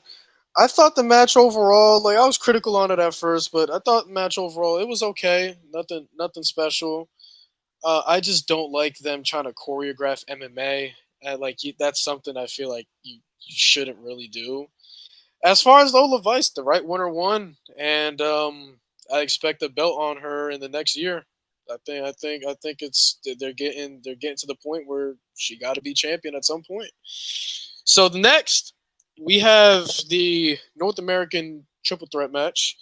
Obafemi defeated Wesley and Joe Coffey. So Cam, how'd you feel about Obafemi retaining? What'd you think about the match, man? I thought this was easily the best. I thought this was easily the best match on the entire show. Without a doubt, I thought this was easily the best match on the entire show. Really fun triple threat. Obafemi continues to impress me. Obafemi continues to impress me when he showed up in the breakout tournament. When he showed up in the breakout tournament and then he won the NXT North American Championship from Dragon Lee. I think that night he won. I think the night he won the breakout tournament. I wasn't really expecting much from Oba in NXT. I wasn't really expecting much from him, but he has really impressed me over the past few months. So Oba Femi, that is a future WrestleMania headliner in there. He's a future WrestleMania headliner, WrestleMania main eventer, and he's just so good. But I thought this was easily the best match of the entire night. And I liked the backstage segment afterwards with Gallows beating up Wesley because that means Wesley's going to need some help, and the Rascals would seem to fit in that little category right there. So we get Nash, so we get Zachary Wentz and Trey Miguel together to help out Wesley. But I would love to. Bert, how do you feel about the triple threat North American Championship match, and how do you feel about Obafemi retaining? This match was booked perfectly, just in terms of, I think, because Obafemi's still like kind of new. So in terms of like a long match, you had parts of the match where it was Coffee and Wesley in the match, not carrying necessarily, but then you had Obafemi make that big comeback in the end and win. So yeah, it's a really good match. For me, I agree with you guys. This match was booked perfectly. I feel like the story that they tell with Obafemi when it comes to these multi-man matches is like you can beat on this guy all you want, but eventually he's gonna wake up and he's gonna tear shit apart whenever he feels like it. I feel like Obafemi's presentation is great. I feel like Obafemi has been a great champion thus far. I like how they protected Wesley because it seems like they will be saving Wesley and Obafemi for a future PLE. Don't know when that is. And like Cam said, if you guys didn't watch the show, spoiler alert, but I do like the vision of the Rascals coming with Zachary Wentz and Trey Miguel, and teaming up with Wesley to take on Gallus. So I think that's a great angle. But until then, Obafemi takes out two credible people and he retains the North American title, and we find out what's next with Obafemi. But I definitely do think Wesley and Oba that's down the road for sure. So next up, we got the NXT Women's Championship, probably the most highly anticipated match on the card. Roxanne Perez retaining against Jordan Grace. Cam, starting with you, man. How'd you feel about the match, and how'd you feel about Roxanne, and everything that happened? I thought it was good. Overall, I thought this was good. Overall, I thought this was good. I was expecting, uh, I was expecting just a little bit more from this, but I was expecting just a little bit more from this. But I thought it was fine. I thought it was perfectly fine. I thought it was cool to see Dana Brooke. I don't know if you guys are with this, but I'm gonna go with Dana Brooke. I thought it was cool to see Dana Brooke reappear in NXT, considering the fact that when she did get released from WWE, she was with NXT, or Yep. she got sent back down to NXT. So I thought that was cool seeing her in, and I like how they protected Jordan Grace with how it took basically two people. Basically, it took two people to beat her. But I thought this match was good. I was just expecting like a little bit more from it, if that makes sense. Still good, just I wanted a bit more from this. I thought this match could have went longer or something, but I thought it was fun. So Bert, going to you, man. How do you feel about the NXT Women's Championship match, and how'd you feel about Roxanne retaining against Jordan Grace, and what'd you think about everything that happened? This was my favorite match of the show. I didn't necessarily like the interference, just because if for a first time match, you know what I mean? Not a first time match, but like if you're introducing TNA and to like the NXT audience and you're having a big match, I think interference will always take away from it, any match. But I knew when Tatum Paxley started to interfere, was probably inevitable that someone from TNA would show up. And it was cool seeing Ash there. But yeah, overall, Roxanne getting the win wasn't surprising to me. Okay, I'll say personally for me, I thought the match was good. Agree with Cam. I thought it could have gone on a little bit longer, and I definitely thought they could have done more. Roxanne winning, cool decision, good decision. She's been the dominant champ thus far, and she's been beating everybody. So I mean, it's good that she got, another world champion under her belt. How do I feel about Tatum Paxley coming in? I'm incredibly happy that it wasn't a one time thing where Tatum just looked at Jordan Grace's TNA knockout title and was like, "Oh, it matters to me." I'm glad that they're furthering this, and it seems like this partnership is really coming into fruition, and I really rock with that. Asked by Elegance, and I don't want to see her, but uh, but this to me, this is setting up for Tatum Paxley to answer the open challenge at Against All Odds.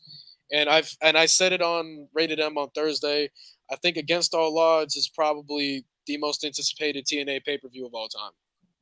Yes, easily. I firmly believe that. So I think that's it. how I feel. So would you say, Cam? I was gonna say before we move on. I was gonna say before we move on. I really think Tatum Paxton deserves a lot of love. She's somebody who I've seen a lot of improvement from.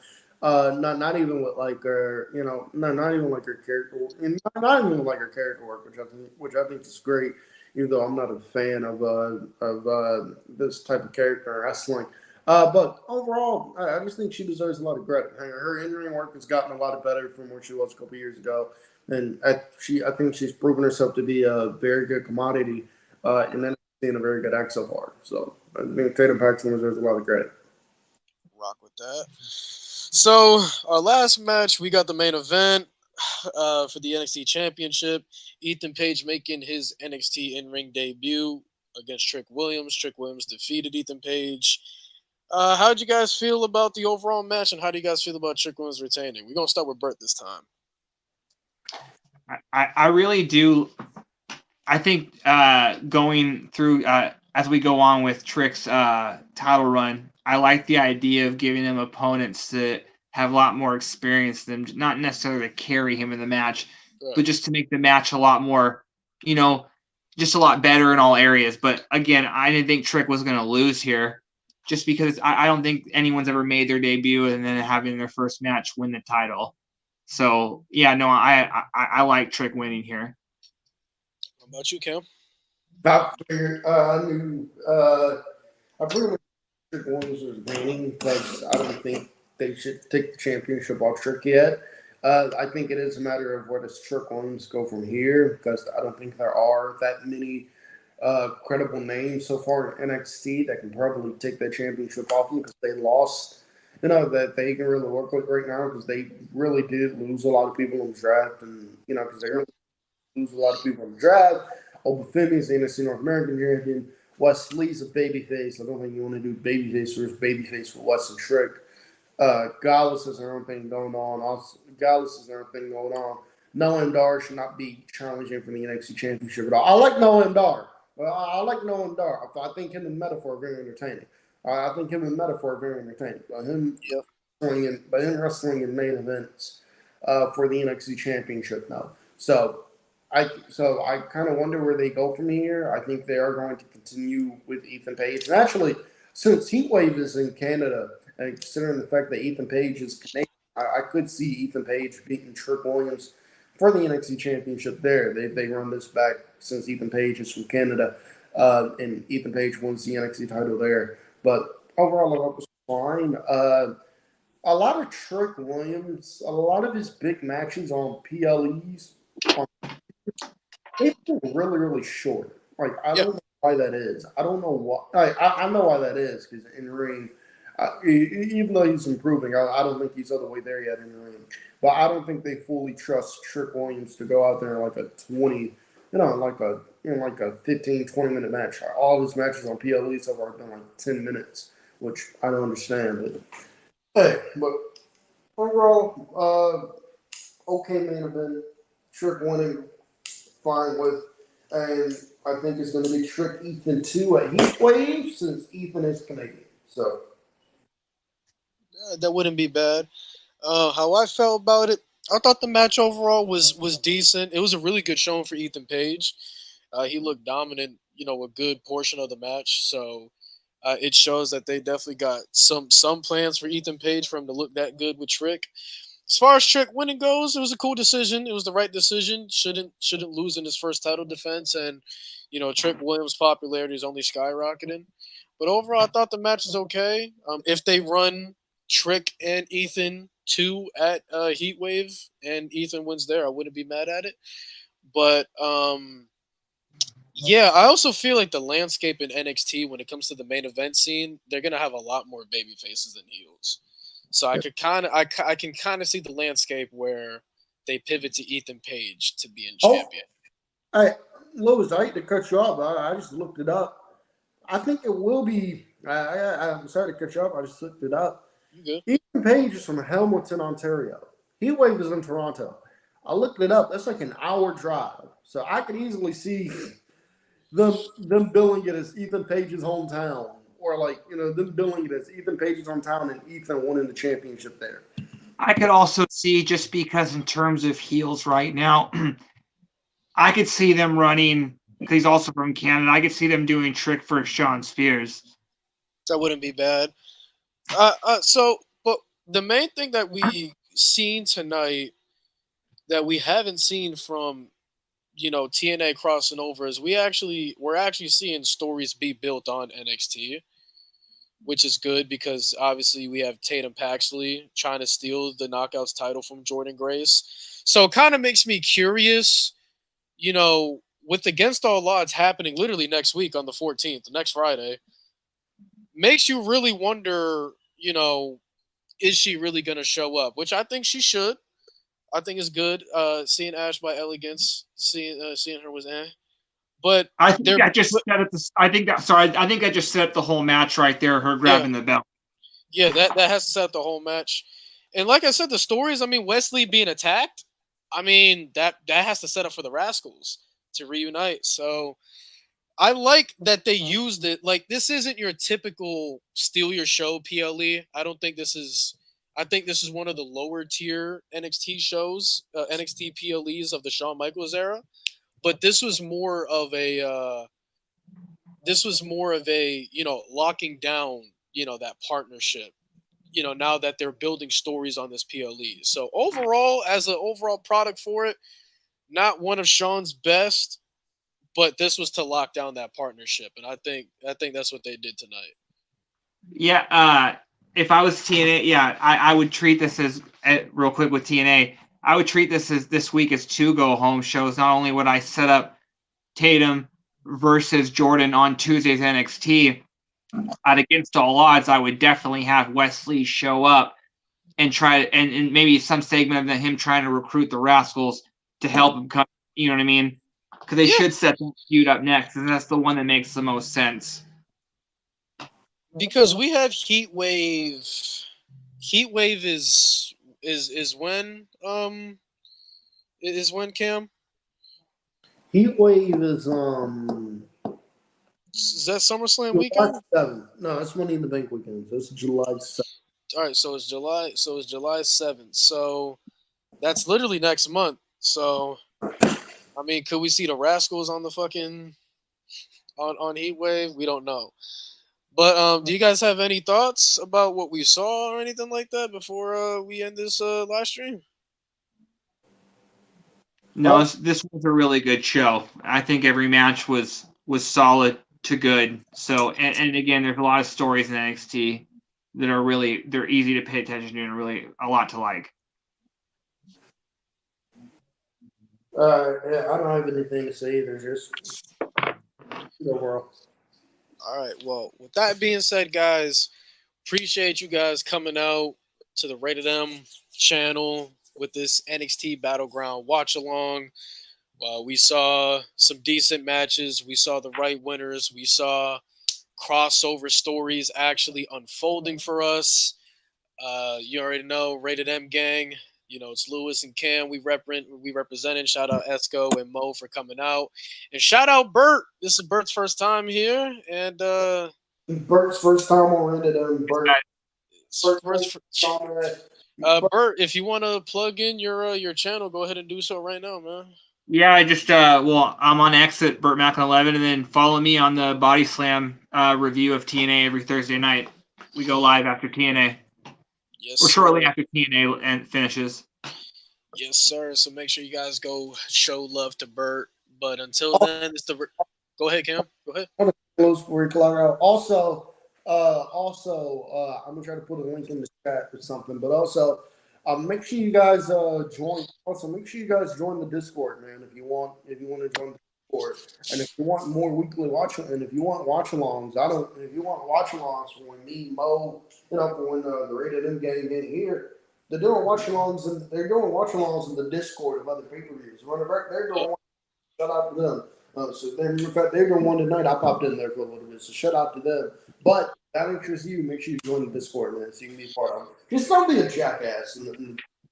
Yeah, buddy. And yes, this Thursday we got something cooking up for y'all. And obviously next Saturday that will be Clash at the Castle. So definitely pull up to that, watch along. Yes, back to back fucking PLEs and back to back weekends.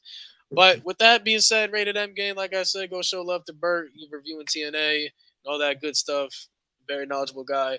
But until then, this is Rated M. We signing off. We love you guys. Stay safe, stay blessed. Peace, man. We love y'all. Peace.